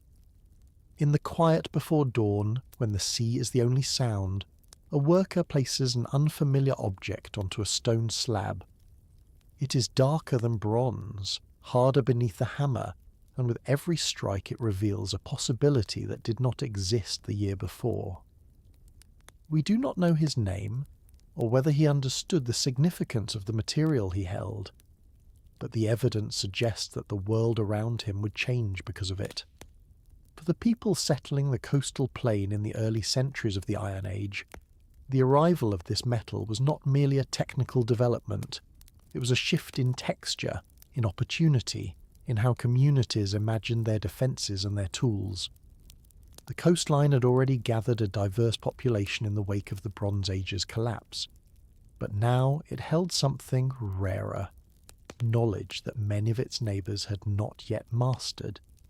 The revelation comes from the ground itself. In early Iron Age strata across several coastal sites, archaeologists have uncovered iron knives, spearheads, and fittings that appear decades earlier than comparable finds further inland. These objects do not emerge abruptly or in isolation. They appear alongside traces of installations that may represent early smelting activity, suggesting that experimentation with iron was not limited to imported goods. It is difficult to determine how much of this knowledge was brought by newcomers, how much was inherited from older metallurgical traditions in the region, and how much was learned through contact with external communities. What we can say with some confidence is that these coastal settlements possessed both the resources and the networks required to explore this emerging technology sooner than many of their contemporaries. The presence of copper from Cyprus, a long-established trade partner in both Bronze and Iron Age transitions, adds another layer to the story. Copper alone did not make iron, but the movement of copper traders facilitated the movement of ideas, techniques, and metallurgical practices. The information deepens as we examine more layers. Iron knives and spearheads from these sites reveal forging marks that differ from those found farther inland, hinting at localized craftsmanship rather than mass importation. Smelting installations uncovered near coastal ridges contain slag fragments, suggesting experimentation with high-temperature furnaces, though we do not yet know how efficient these early attempts were. Trade links indicated by imported ceramics and metalwork imply that technological knowledge may have travelled alongside commodities, especially from regions such as Cyprus, known at the time for metal expertise. Fittings interpreted as components of chariot frames, also made of iron, demonstrate that the newcomers were integrating this material into mobility and warfare. Conflict layers from nearby inland sites show a noticeable disparity. Communities with earlier access to iron enjoyed advantages in both cutting tools and spear points, altering regional power balances even before political alliances had fully formed. Realization comes slowly, as it often does in archaeology. Technologies do not create empires by themselves, and iron did not crown the newcomers with dominance. It did something quieter, but equally consequential. It shifted what was possible. It allowed tools to last longer, weapons to pierce more deeply, and workshops to experiment with forms not achievable in bronze. Iron changed the rhythms of daily work, from agriculture to carpentry, and it altered the strategies communities could use to defend themselves. The metal did not dictate destiny, but it influenced how a society imagined its future in a land still recovering from collapse. In this sense, the adoption of iron is not only a technological milestone, but an index of adaptation. It shows a population learning not just to inhabit a landscape, but to reshape its possibilities with the materials available. Yet the technological shift visible in these iron objects does not stand alone. It is part of a broader transformation in how workshops operated within the early Philistine cities. Storage rooms adjacent to domestic courtyards sometimes contain concentrations of charcoal distinct from ordinary cooking waste, suggesting sustained high-temperature activity. In a few cases, layers of compacted ash intermixed with vitrified clay hint at repeated firing cycles intense enough to alter the structure of ceramic linings. These are not the remnants of brief or incidental fires. They are the subtle architectural scars left by craft specialization beginning to take root. The social implications of this specialization are difficult to reconstruct, but the emerging picture suggests that certain households or neighborhood clusters became known for their metallurgical work, much as others became known for textiles or food storage. Iron became not just a resource but a craft identity. Even the distribution of iron debris within these settlements offers clues. In some early layers, iron slag is found near city gates rather than deep inside residential quarters. This pattern may indicate that early smelting or smithing was conducted where airflow was strongest and where watchful supervision could occur. The choice of such locations hints at awareness of the risks involved, not only in achieving the necessary temperatures, but also in controlling access to valuable techniques. When a community is learning to work with a material that can reshape power relations, the knowledge itself becomes a commodity. The concentration of slag near gates may represent the earliest stages of communal oversight, before more formal workshops emerged. Beyond the settlements, landscape surveys show traces of changing extraction patterns. Charcoal analysis from hill country forests suggests that certain species of trees were increasingly harvested during this period, likely chosen for their suitability in producing the high heat required for early iron experimentation. These botanical shifts remind us that metallurgy is never isolated from ecology. Each technological advance draws upon a chain of environmental decisions, and the transition from bronze to iron subtly altered how surrounding landscapes were used and understood. Communities that adopted iron early would have had to balance the demand for fuel with the need to maintain agricultural stability, creating new rhythms of resource management that left quiet signatures in the pollen record. Another dimension of this technological emergence appears in the toolkits found within agricultural contexts. Sickles reinforced with iron elements point to experimentation beyond weaponry, suggesting that the material held value in everyday labour as much as in conflict. Though these iron components were initially rare, their presence in farm-related layers indicates a recognition of the metal's broader utility. Agriculture, like warfare, relies on durability and sharpness. In moments when harvest windows tightened due to unpredictable seasonal patterns, even small advantages in tool efficiency could matter. These finds tie iron not only to power, but to sustenance, grounding its importance in the daily survival of the community. When we shift our attention to inland regions, the technological disparity becomes sharper. Sites that continued to rely on bronze tools for longer periods reveal differences in wear patterns, repair strategies, and breakage rates compared to their coastal counterparts. The contrast does not imply cultural inferiority. Rather, it reflects differing access to trade networks, resources, and metallurgical knowledge. These inland sites face challenges similar to their coastal neighbours, but they did so with materials that placed certain limits on their defensive strategies and economic expansion. Iron, with its greater hardness and potential for mass production once techniques stabilised, offered the coastal communities a head start in a region where strategic advantage could be measured in hours during conflict or in seasons during harvest. This deeper look reminds us that technological transitions rarely occur as sudden leaps. They unfold through experiments that fail more often than they succeed, through apprenticeships where techniques are passed quietly from one generation to the next, and through gradual reorganization of labour. What we see in the early Philistine context is not a dramatic conquest fueled by iron superiority, but a community learning to work with a material at a pivotal moment in regional history. Iron gave them edges that were sharper, tools that were sturdier, and possibilities that were broader. But the metal itself did not guarantee dominance. It simply widened the horizon of what this emerging society could attempt as it took its place along the coastline.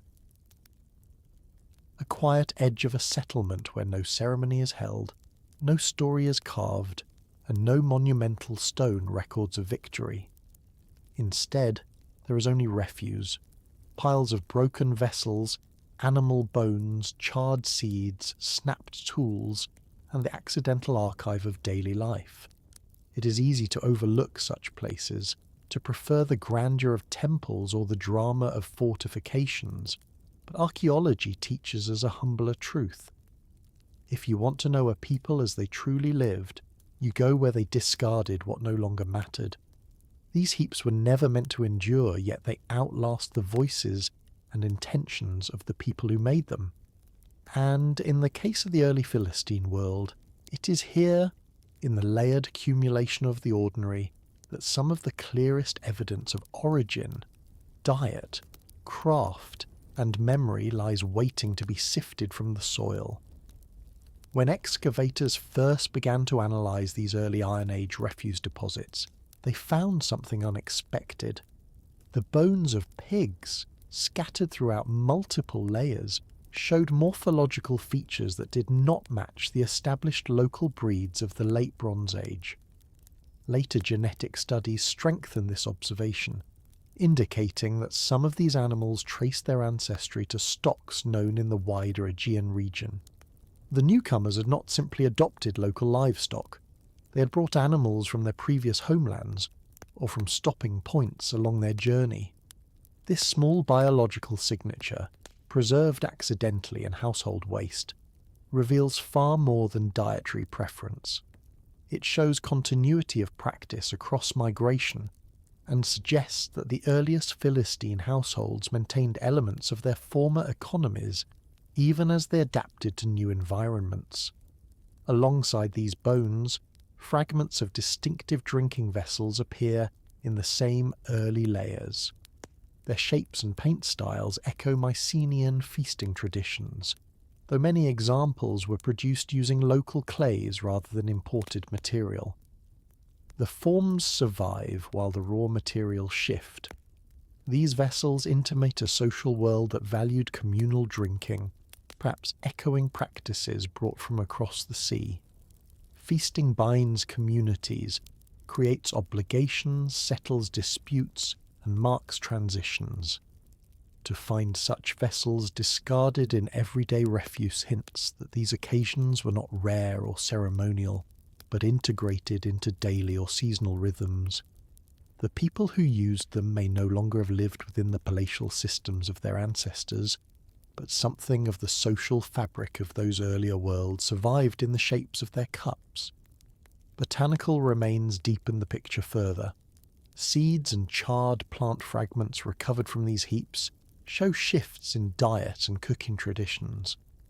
Some crops familiar from the region's earlier Bronze Age strata persist, but new elements enter the mix. Herbs, spices, and plant varieties rare in earlier layers begin to appear, suggesting experimentation with flavour or the retention of culinary habits introduced by the newcomers. We do not know precisely how these foods were prepared or in what combinations they were used, but the botanical traces reveal a subtle blending of traditions. Food becomes a form of cultural memory, one that can persist long after more conspicuous markers of identity fade. Marine species also appear in notable quantities. Remains of certain fish and shellfish suggest that some groups possessed knowledge of offshore waters beyond the shallow coastal zone. These species would have required either specialized nets or familiarity with seafaring techniques still circulating in the memories of communities who had crossed long stretches of open water. Their presence does not necessarily prove sustained maritime activity in the new land, but it demonstrates that the knowledge had not vanished entirely. Even in a world increasingly focused on agriculture and internal trade, some echoes of the sea continue to shape subsistence choices. Further clues come from textile production. Discarded loom weights reveal abrupt changes in shape and material compared to earlier Canaanite examples. Some weights show perforation techniques more commonly associated with Aegean weaving traditions. The presence of these objects in refuse layers marks a transformation in textile production, rather than symbolic or architectural change. Weaving is one of the most consistent indicators of cultural continuity, passed through generations quietly. To see its tools shift suggests that new techniques blended with existing ones, altering household economies and the social roles connected to textile manufacture. Taken together, these scattered remains build a picture that is more intimate than any inscription or monumental relief can offer. They show not what leaders wished to project, but how ordinary families lived. They show habits that endured across migration, foods that carried memory, tools shaped by inherited knowledge, and choices made each day by people adapting to unfamiliar soil. They show identity forming in the least intentional places, where no one thought to guard or disguise it. Archaeology often works in silence, but in refuse it finds the whispers of daily life that illuminate an entire society. If we move deeper into the stratigraphy of these refuse pits, another layer of insight emerges, one not tied to any single object but to patterns of discard. Archaeologists have long noted that the way waste accumulates can reflect social customs as clearly as architecture or art. In some early Philistine sites, refuse was deposited in communal zones rather than scattered behind individual homes. This organisational choice suggests that certain neighbourhoods may have shared designated spaces for disposing of waste, indicating cooperation at a scale larger than the household. Such communal management of debris reveals the quiet presence of agreed-upon norms, the kind that rarely make it into written record but leave recognisable signatures in soil. Microscopic analysis of sediment from these pits also reveals the presence of fine ash particles carried from hearths, ovens, and workshop fires. These particles can be compared to ash residues from earlier Canaanite settlements, and the differences are telling. Under magnification, the mineral composition of these ashes shifts to include traces of fuels not commonly used in late Bronze Age layers. Whether these new fuel sources were imported traditions or practical responses to local availability, they reveal adjustments in how people cooked, fired pottery, or managed heat for workshops. Even the chemistry of discarded ash becomes a record of cultural transition. Faunal remains contribute another layer of narrative. Among the bones of pigs, cattle, goats, and fish lie fragments of species not typically consumed in this part of the Levant before the Iron Age. Some of these animals, though present in the wider region, had seldom been part of local diets. Their sudden appearance in rubbish deposits shows that the newcomers altered dietary choices, not only through what they imported, but also through what they chose to adopt nearby.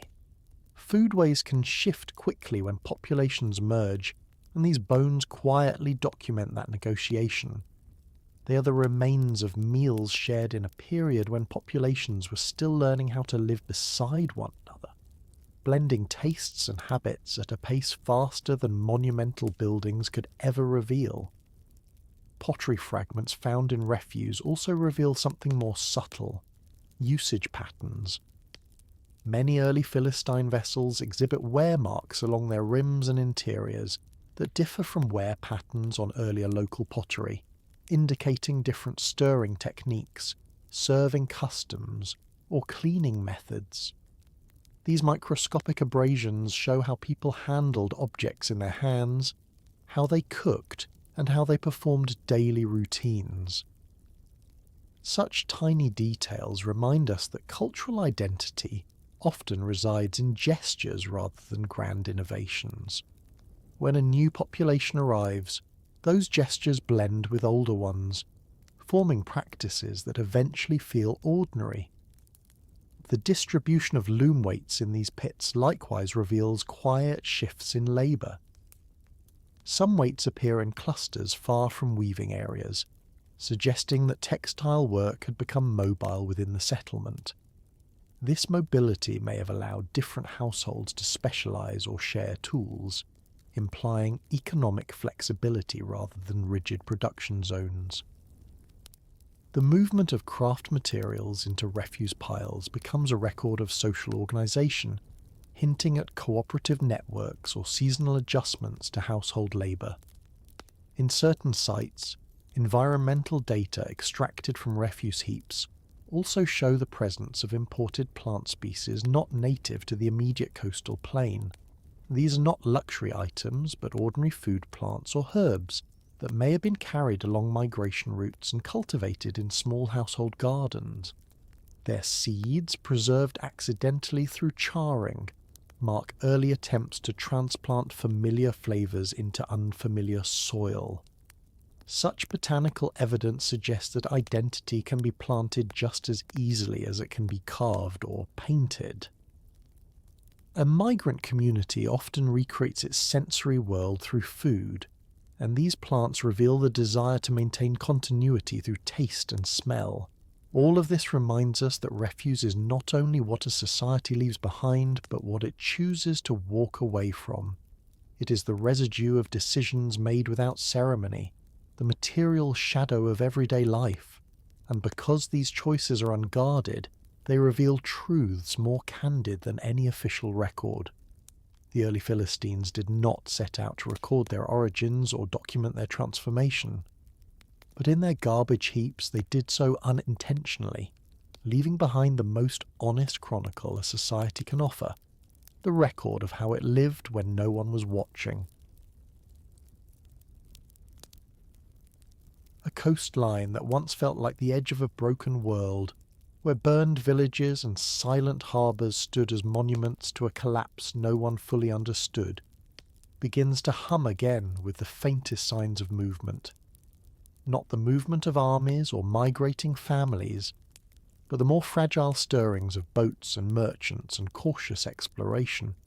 What if, after centuries of robust inter-regional exchange disintegrated almost overnight, the path back towards stability did not begin with treaties or kings, but through the humble decision of someone, somewhere, to trust that a far shore still had something to offer? Picture a moment when the Mediterranean, fractured by crisis, slowly remembered itself as a single body of water linking distant communities, and the Philistine cities along the Levantine coast found themselves in a position neither entirely planned nor fully accidental. They became, by geography and by circumstance, among the first to help knit the world back together. We do not know for certain whether this reknitting began with a single merchant daring to tie a rope to a vessel and push out into a sea that had once seemed unsafe. But archaeological layers from the early Iron Age suggest that by the 10th century before the present era, the shock waves of the Bronze Age collapse had begun to settle.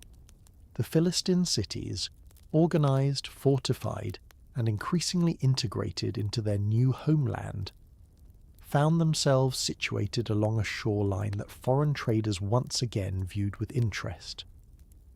The revelation is a quiet one. The resurgence of Mediterranean commerce appears first not in grand archives or monumental inscriptions, but in the simple, cumulative presence of imported goods buried under Philistine floors. Sherds of Cypriot pottery, Phoenician amphorae, and small luxury items begin to appear in greater quantities. Something was changing, and the coastal plain was no longer a buffer zone between collapsing realms. It was returning to its older role as a corridor, a passageway, a meeting ground. the evidence comes in modest pieces. In early Iron Age strata across Philistine sites, archaeologists have uncovered increasing numbers of Cypriot and Phoenician goods that appear precisely when the region stabilises from the earlier upheavals. At Ekron, a city inland enough to require deliberate economic positioning, factories dedicated to olive oil production grew to an industrial scale unparalleled in the region at that time. Massive installations for pressing and storing oil suggest not only local consumption but networks of export. At Ashkelon, amphorae once filled with wine have been found in contexts indicating long-distance distribution, some reaching well beyond the coastal plain. Trade weights and standardised measurement stones, objects small enough to overlook but essential for the functioning of a fair marketplace, appear in numbers that speak to a society increasingly oriented toward exchange. And along harbour zones, archaeologists have identified repairs to breakwaters, accumulations of anchors, and evidence of maritime workshops, all signs that the sea was once again being treated as a navigable highway rather than a barrier. Yet none of these discoveries offer a dramatic story. They simply state, in the language of the objects, that the world was calming down. The sea, once dreaded as a source of invaders or storms, returned to being a partner. Cypriot potters found markets for their wares. Phoenician sailors resumed the rhythms of coastal travel, stopping at urban centres that could supply provisions. Philistine merchants participated in exchanges that may once have seemed the exclusive domain of older Bronze Age kingdoms. In this sense, the reconstruction of Mediterranean trade was not an achievement of empire. It was a collective return to interdependence, and the Philistine cities, fortunate in their geography and increasingly confident in their administration, became among the most active nodes in this new mercantile map. We do not know the names of the individuals who managed these early operations. No archive survives listing contracts or negotiations, but the material record allows us a glimpse into the tangible dimensions of the shift. Amphorae bearing distinctive markings suggest systematic distribution networks. The olive oil industry at Ekron was so extensive that some scholars consider it one of the earliest large-scale agro-industrial enterprises in the Levant. The presence of Phoenician luxury goods hints at exchange not only of products but of ideas, techniques, and aesthetics.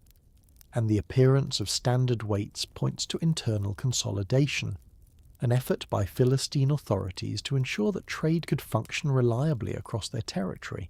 What is striking is that these developments did not unfold in isolation from political realities. Around them, other states recovered at their own pace. Phoenician cities to the north refined their maritime skills and established routes that would eventually reach the far western Mediterranean. Inland polities reorganized, forging identities that would shape the region's later history. But the Philistine cities, standing at the junction of land routes and sea lanes, appear to have recognized an opportunity and acted upon it. Their position allowed them to mediate between communities whose earlier relationships had been severed. The flow of goods, once viewed as a luxury of stability, became a quiet catalyst for rebuilding. Archaeology shows this rebuilding not as a single event but as a gradual layering. In the earliest Iron Age deposits, foreign goods appear sporadically, perhaps brought by small-scale traders testing the waters. In later layers, the frequency increases, suggesting that risk had decreased and reliability was returning. Wine amphorae begin to appear in assemblages far from their point of origin, implying organised export. The workmanship of imported objects becomes more consistent, indicating predictable demand. Maritime installations, once abandoned or damaged during the collapse, show evidence of repair and use. Piece by piece, shard by shard, the world that had fractured began quietly adhering again. There is a poignancy in this archaeological story. When we imagine the aftermath of a civilizational collapse, we often picture ruins, migrations, or desperate attempts to maintain power. But the recovery of the Mediterranean after the Late Bronze Age appears to have depended just as much on mundane acts: rebuilding a harbour wall, crafting a new amphora, planting olives, recalibrating a trade weight. In these acts, the Philistine cities played a significant role. Their settlements, still young in their Iron Age identity, became spaces where the rhythms of exchange could settle once more, allowing distant communities to reconnect without formal alliances or grand political schemes. And in this light, the Philistines are not simply migrants who integrated into a new land. They became one of the first agents of regional stabilization after a period of profound upheaval. Their cities grew in complexity, not only because of internal developments, but because they were embedded in a larger Mediterranean effort to restore networks that had long defined the region. The quiet implication of the archaeological record is that stability returns slowly, through countless small transactions and shared expectations. A pot delivered, a ship moored, a trade weight balanced, a promise kept. The realization, then, is that the regeneration of Mediterranean trade was not the product of conquest or dominance, but of pragmatic cooperation. The Philistine cities contributed to this recovery by offering secure ports, producing exportable goods, and engaging with neighbours whose traditions and skills complemented their own. Trade did not erase differences, but it created a framework for coexistence. In a world still healing from earlier turmoil, this was a significant accomplishment, and one that speaks to the resilience not only of the Philistines, but of the broader societies that sought to reconnect across sea and land. Perhaps the most revealing aspect of this period is not what reappeared, but what subtly transformed. When trade resumed, it did not resume exactly as it had before. The Bronze Age networks were hierarchical, managed by great palatial centres with strict control over distribution. The Iron Age networks that emerged afterward were more flexible, more organic, built through smaller agreements that travelled along quieter lines. The Philistine cities, lacking any memory of Bronze Age palaces, seem to have adapted readily to this new mode. Their commercial relationships were not inherited, they were negotiated anew. This alone set them apart from older powers attempting to reassert previous dominance. Archaeological deposits show this shift in the changing character of traded goods. In earlier centuries, high-value items such as ivory inlays or finely crafted metalwork dominated exchange. In the Iron Age layers of the Philistine cities, more utilitarian goods begin to appear alongside luxuries: coarse storage jars, processed agricultural products, tools and fittings. These are not the materials of ceremonial gift exchange, but the components of everyday economies. Their presence suggests a practical, working-class revival of trade rather than an elite revival alone. When an economy is rebuilt from the ground up, even a single amphora of oil sent across the sea becomes a small declaration that normal life is possible again. And then there is the matter of language, something archaeology cannot excavate directly, yet glimpses of it appear in inscriptions on trade weights, jar handles and imported goods. While the script used in these settings does not reveal spoken Philistine speech. The mixing of conventions from surrounding cultures indicates a multilingual sphere of exchange. A merchant in Ekron might interact with Phoenician sailors using one form of numerical notation while using another for internal accounting. This mosaic of written symbols points to a world that had grown accustomed to navigating complexity. Trade had become not just an economic act, but a social glue, requiring attention, trust, and adaptability. Maritime archaeology also adds to this picture. Along parts of the coast associated with Philistine influence, researchers have uncovered anchors fashioned from stone with carved grooves designed for thick, durable ropes. Some show signs of repeated repair. These objects, once part of ships that traversed coastal routes, tell a story of sailors who understood the risks of a sea still unpredictable but no longer feared. A single anchor, broken and mended, hints at voyages taken despite uncertainty. It becomes a modest artifact of resilience, and resilience is perhaps the defining feature of this entire era. The Philistine cities, still evolving, still negotiating their identity, found stability not through dominance but through participation. They did not attempt to recreate the world that had been lost. They built within the one that remained. Their economic recovery was not linear, nor was it uniform. Droughts continued to press communities. Inland territories pursued their own trajectories, but on the coast, through cooperation and exchange, the Philistines became part of a Mediterranean slowly relearning the routes that tied its shores together. It is tempting to imagine that merchants travelling across the sea recognized familiar patterns returning as they approached different ports. A rebuilt jetty, a cluster of new storage facilities along a harbour road, or the distant glow of olive presses working into the evening might have signalled that a city was once again worth visiting. These small signs of renewed investment taken together shaped the broader recovery of the region. A merchant does not place goods in the hands of people who cannot receive them. The Philistine cities were announcing through action rather than proclamation that they were ready to receive, ready to produce, ready to connect. And in this quiet, largely unrecorded process, the fractured world around them began to realign. The recovery of Mediterranean trade in the early Iron Age was not the achievement of any single civilization. It was a collective rediscovery of interdependence. But the Philistines played their part with steadiness, transforming their shoreline into one of the earliest sites where the broken threads of the Bronze Age were carefully gathered and woven back into a functioning network. They leave us with a reminder that reconstruction, whether of economies or societies, rarely begins with dramatic gestures.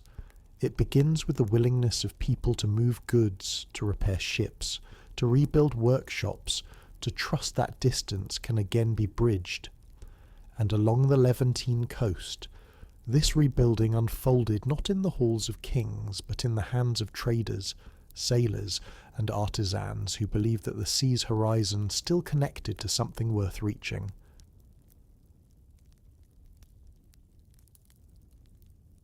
A quiet frontier where the land rolls gently upward from the coastal plain into the rugged highlands, a place where the horizon changes not because armies march across it, but because the soil itself tells different stories depending on where you kneel. What if I told you that the conflicts remembered in legend, retold for centuries through narrative and devotion, often look very different when seen through the slow, impartial lens of archaeology? Picture the early Iron Age not as a battlefield frozen in time, but as a landscape shaped by shifting pressures, negotiated distances, and the everyday decisions of people trying to live near those who are not quite like them, yet not wholly foreign either. Along the boundary where Philistine territory met the inland highland communities, dust carried more than wind. It carried evidence of tension, exchange, and coexistence. We do not know the full sequence of events that led these groups toward conflict or away from it at different moments. What we do know, drawn from the layers beneath our feet, is that this border was never stable. It advanced and retreated. It hardened and softened. And in this archaeological pattern of movement lies the revelation.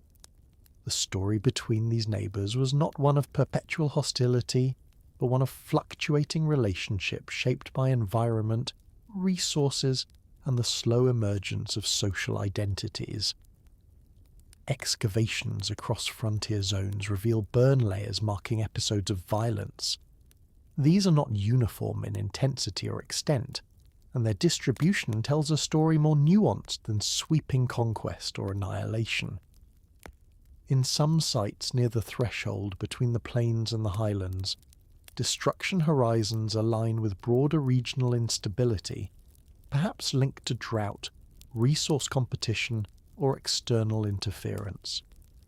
At other sites, the evidence points to raids, targeted, selective, disruptive, yet not terminal.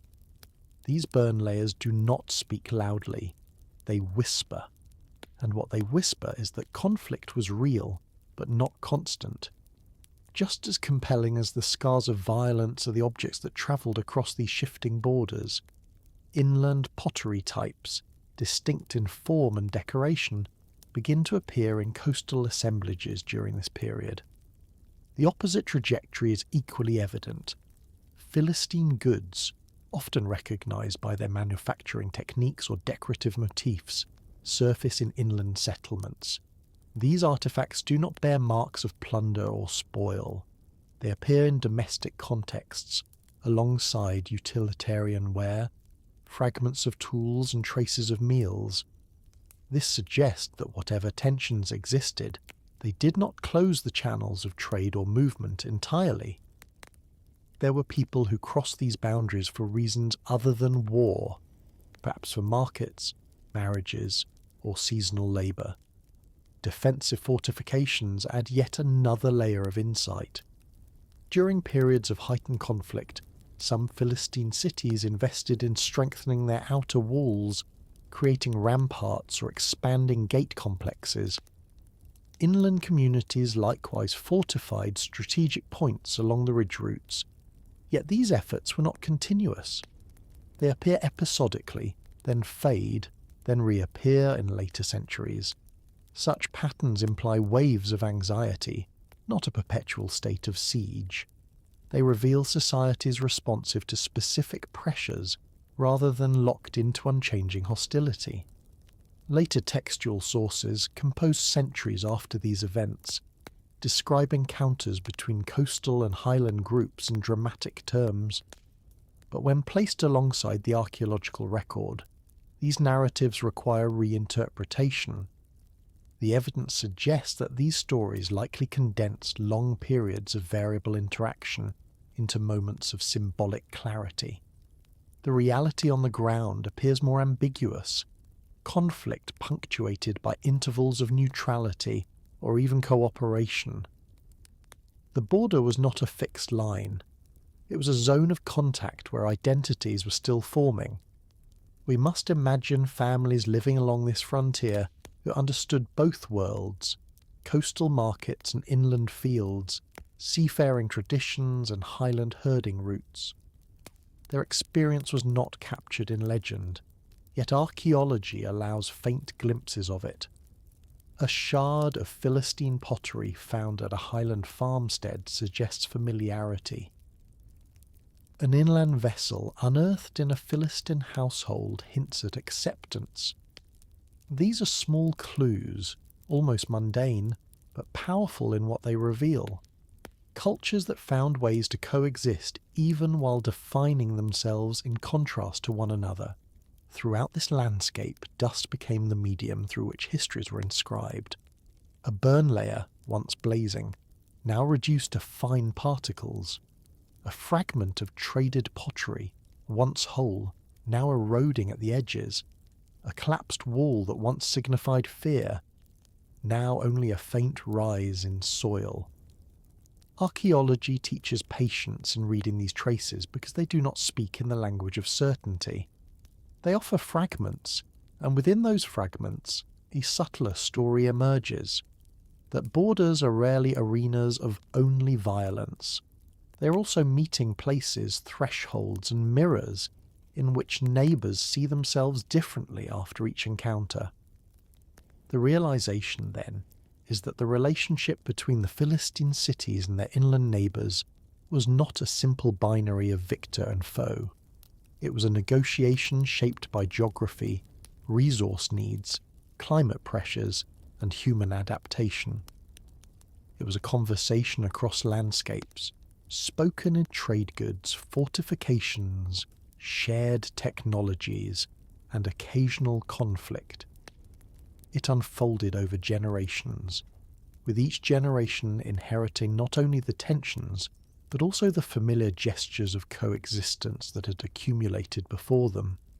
The frontier also reveals itself through absences, those subtle voids that appear in the archaeological record where something should be, but is not.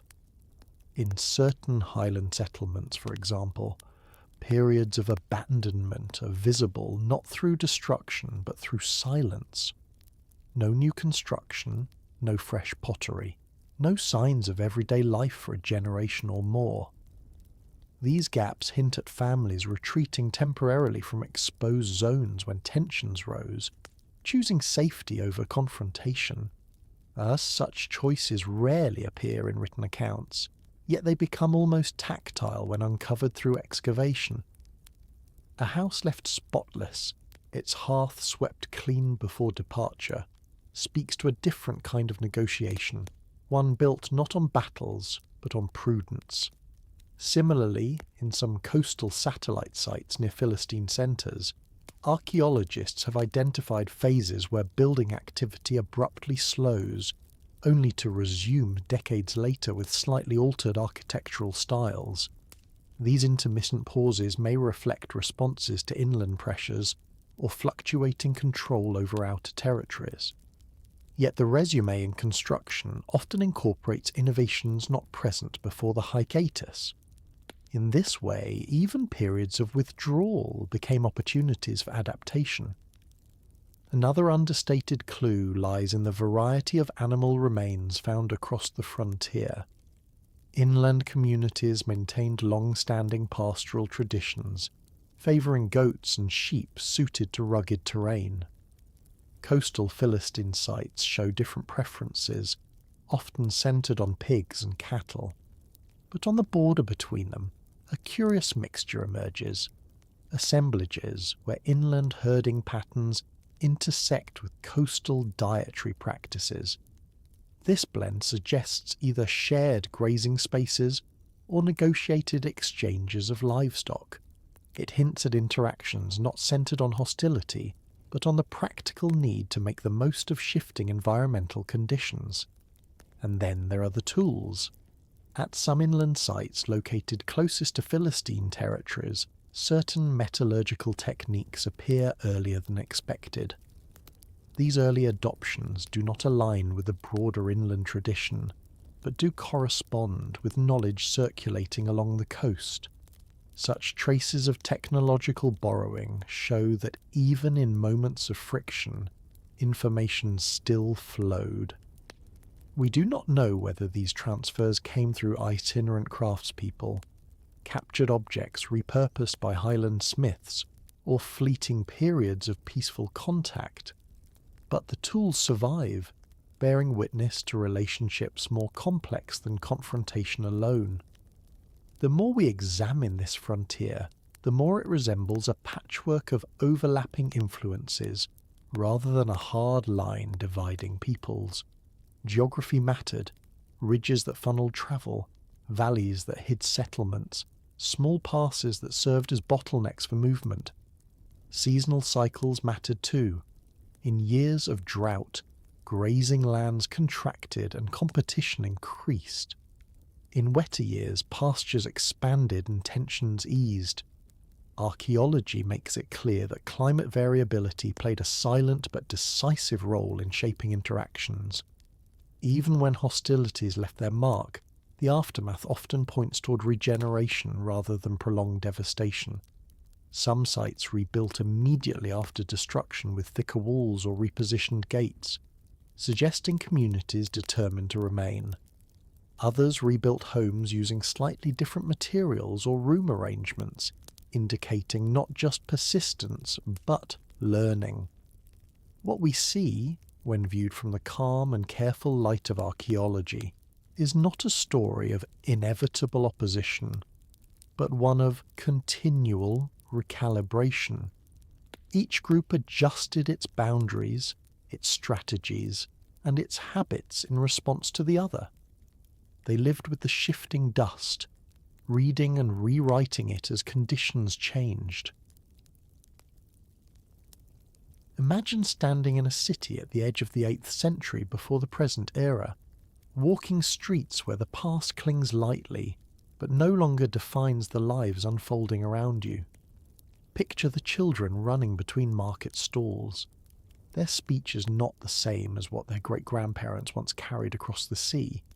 Their houses are not arranged as those early migrants once built them.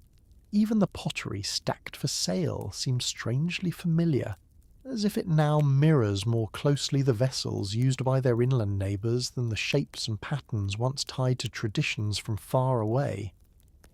Imagine noticing this and asking yourself a quiet question.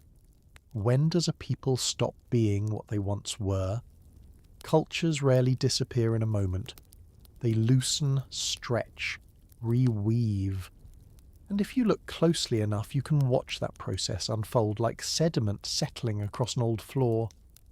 The evidence does not present itself as a single dramatic shift, but as a gathering of small indicators. Archaeologists working with late Iron Age layers consistently remark on the same subtle motion, a blurring of once distinct material traits that had defined the early Philistine presence along the coastal plain. Where the early Iron Age layers offered clear contrasts, specialised pottery, distinct domestic architecture, imported culinary preferences, the strata from later centuries reveal an entirely different landscape, one in which the boundaries between communities begin to dissolve. The revelation from this period is a simple one. By the late Iron Age, the Philistine cities had changed so thoroughly that distinguishing their material culture from that of surrounding societies becomes a difficult task. This is not a story of disappearance, but of transformation, of a culture carried long enough in a new land that the land began to reshape it. The decline of Aegean-style pottery motifs is one of the clearest signals. In earlier centuries, the influence of Aegean craftsmanship was unmistakable. Complex patterns, elaborate bichrome decorations, and carefully painted motifs echoed traditions from across the water. But as the centuries progressed, these motifs began to simplify. Shapes once tied to distant workshops lost their sharpness and shifted into styles that mirrored broader Levantine tastes. Archaeologists working systematically through these ceramics notice how the proportions change, how the pigments soften, and how the designs flatten into patterns nearly indistinguishable from those produced inland. We do not know for certain whether this came from the loss of specialised potters, the waning of imported ideas, or the steady rise of local preferences, but the evidence suggests a long, gradual drift toward regional norms rather than a single moment of replacement. The same pattern can be traced in architecture. The earliest Philistine structures contain traces of hybrid influences, features that set them apart from the older Canaanite towns beneath them. But by the late Iron Age, building plans become increasingly familiar to anyone studying coastal or highland settlements of the same era. Domestic courtyards narrow, storage rooms adopt local proportions, and urban layouts shift to mirror the wider Near Eastern preference for tightly clustered blocks. Scholars examining these transitions often remark that the architectural changes were not imposed but emerged naturally over generations of builders learning from neighbours, marrying into local families, and adapting to new urban pressures. A house is never just a building. It is a pattern of memory and habit, and in these cities those patterns had begun to echo the region more than their distant homelands. Multilingual inscriptions add another layer of complexity. In place of early administrative marks or isolated personal names, we begin to find inscriptions representing several linguistic traditions within the same urban spaces. This suggests increasing multiculturalism within the cities, likely influenced by shifts in trade, diplomacy and political control. Some inscriptions follow scripts adopted across the broader Near East, reflecting the expanding influence of powerful empires that demanded administrative uniformity. Others preserve traces of older local dialects. Together they hint at cities that had become crossroads of identities rather than enclaves of a single inherited culture. Changes in culinary patterns further support this picture. Botanical remains from late Iron Age contexts show diets that align increasingly with broader regional trends. Ingredients once uncommon in early Philistine layers become more typical, suggesting sustained contact, shared markets, and shifting tastes. Some culinary tools also change shape, reflecting adjusted cooking methods. While earlier assemblages reveal distinct preferences that set the Philistines apart from their neighbours, later layers show a culinary landscape shaped by the foodways of the larger coastal region. This may have emerged from trade networks, intermarriage, or simple pragmatism. Food, after all, is one of the fastest moving indicators of cultural adaptation. All of these shifts unfolded under the growing influence of expanding Near Eastern empires. The political pressures of the era brought administrative reforms, taxation systems, and military expectations that shaped daily life in the Philistine cities. When a community becomes part of a larger political framework, its material culture often adjusts to meet new norms. Storage vessels must meet standardized measures. Inscriptions must follow approved scripts. Public buildings must fit the architectural expectations of imperial oversight. These influences did not erase local identity outright, but they gently redirected it, nudging the coastal cities toward cultural patterns shared across vast regions. Together, these lines of evidence point toward a quiet truth. Cultural identity is not lost suddenly. It dissolves gradually, almost imperceptibly, into the fabric of the surrounding world. By the time these shifts were fully visible, generations had already lived in this blended space. People grew up speaking more than one language, cooking with ingredients traded from distant ports, building houses shaped by local hands, and using pottery that no longer held the signatures of their ancestors. The Philistine cities had become part of the landscape, not an intrusion upon it, and their cultural distinctiveness flowed into this broader environment until it became something else entirely. What makes this transition especially compelling is that it did not result from any single dramatic conquest or catastrophe. Instead, it arose from centuries of everyday decisions made in kitchens, workshops, and marketplaces. When we consider how identities shift, the temptation is to look for singular moments, but the archaeological record for this period invites us to imagine quieter causes. A potter choosing a new motif after seeing it favoured in the market. A builder adopting an architectural feature because the neighbour's house stays cooler in summer.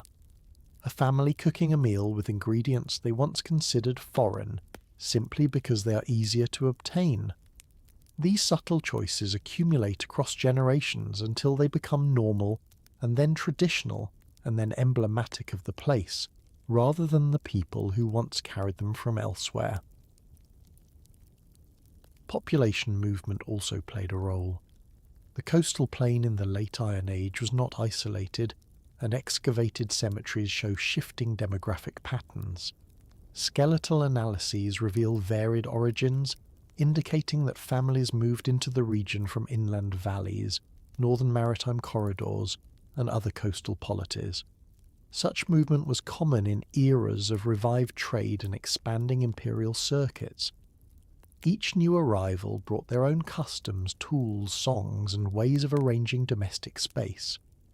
Over time, these influences mingled with the customs of those already in the cities, gradually diluting the clarity of earlier distinctions.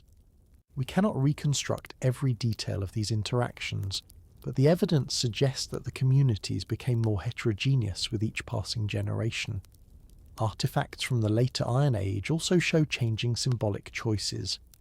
decorative motifs on personal items such as spindle whorls, seals, and small amulets reveal a blending of imagery.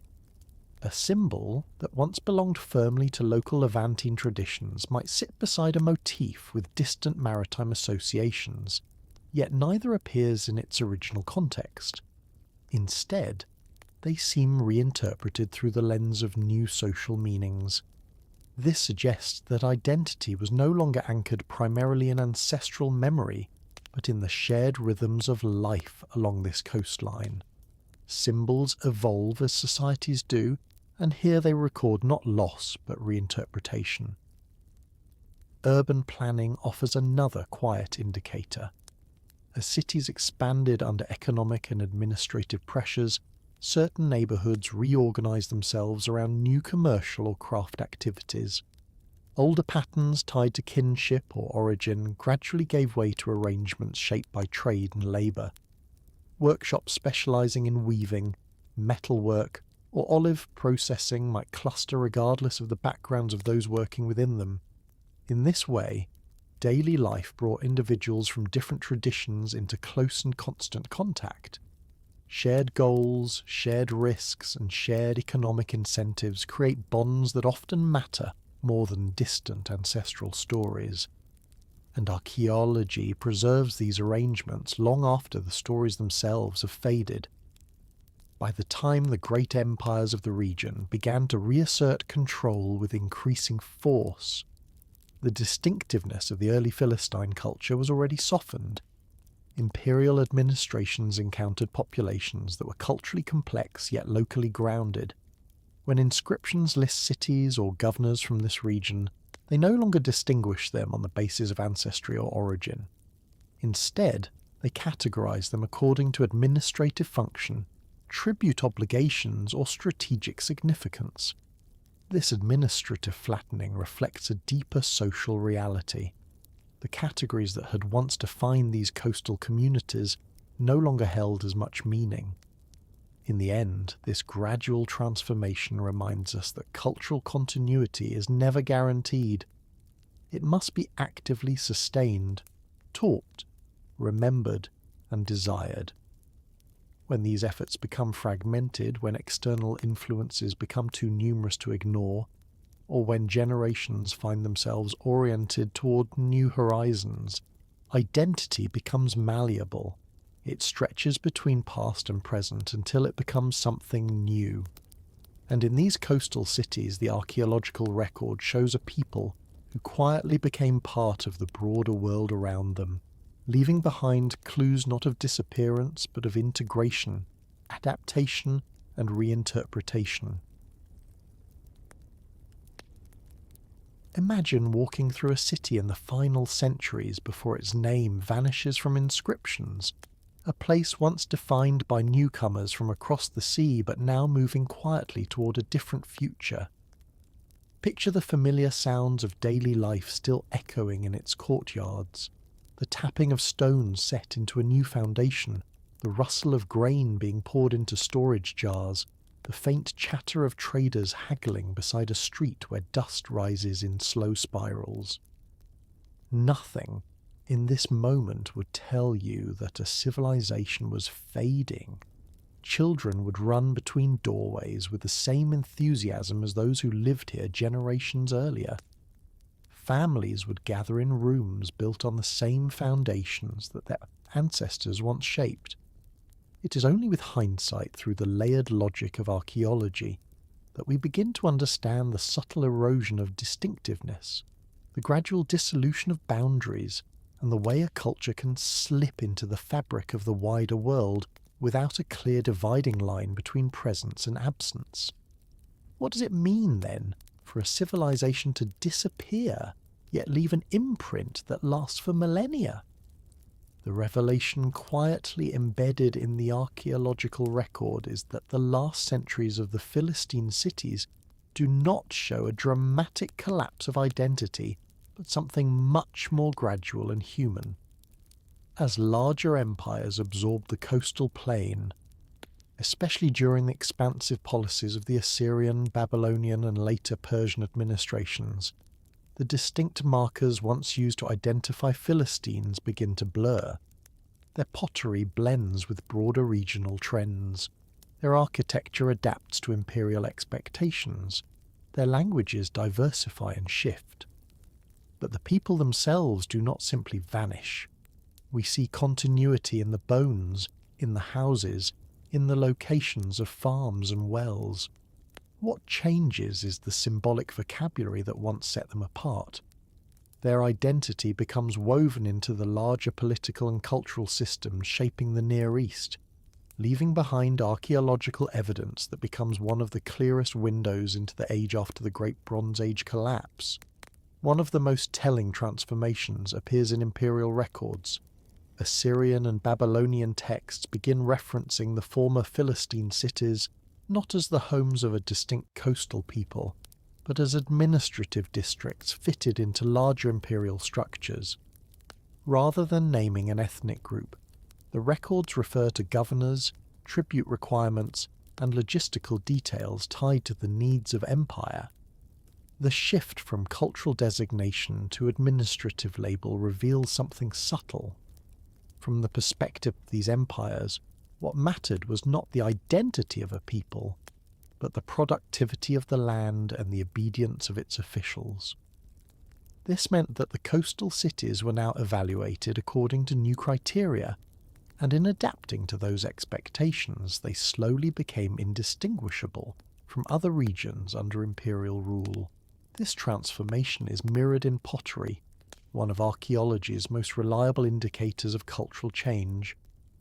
The final Iron Age ceramic styles in this region follow broader Eastern Mediterranean trends, abandoning earlier motifs entirely. The nuanced lines of Aegean-inspired forms disappear first, replaced by vessels whose shapes reflect practical considerations shared across imperial territories. Later, even the decorative preferences merge so fully that ceramicists must rely on stratigraphy rather than ornament to identify where they are in time. The disappearance of distinctive pottery does not indicate that the people themselves were erased. Instead, it shows that they embraced or absorbed the practical, economic and aesthetic logic of a world governed by empires far larger than their own cities had ever been. Urban abandonment patterns add another layer to this quiet transformation. Some areas of older Philistine cities were vacated to make room for new administrative compounds, military installations, or granaries imposed by imperial planners. Other neighbourhoods shrank as populations reorganised around new centres of political gravity. Yet analysis of human remains reveals a continuity of communities, suggesting resettlement rather than displacement. People moved within their own landscape, adapting to new demands rather than being pushed out by them. Abandonment in this sense is not a sign of cultural death, but of demographic reshaping under new political realities. What may be most revealing is that population continuity persists even when cultural distinctiveness fades. When archaeologists study the funerary patterns of this later period, they find shifts in burial customs that align with regional norms, but also persistent local habits that never entirely disappear. Genetic studies, where possible, reveal no sudden introduction of new populations that might suggest replacement. Instead, the same communities that once called themselves something different are still present, still living in the same villages and towns, but now participating in an identity larger than their ancestral one. The name by which outsiders knew them faded, but the people themselves remained. Later literary memories preserve echoes of these earlier identities, though often distorted by time, distance, and the interpretive frameworks of writers who lived long after the cities had changed. These texts capture fragments of a people whose reputation outlived their material distinctiveness, compressing centuries of complex cultural evolution into simplified narratives about conflict, rivalry, or difference. When read carefully, however, even these texts hint at a deeper story, that the Philistine cities were once meaningful nodes in a landscape shaped by migration and adaptation. They reflect the memory of a coastal society that stood at the crossroads of worlds and whose identity eventually became inseparable from the very region that once defined them as outsiders. The archaeological record, silent but precise, offers something different from these literary echoes.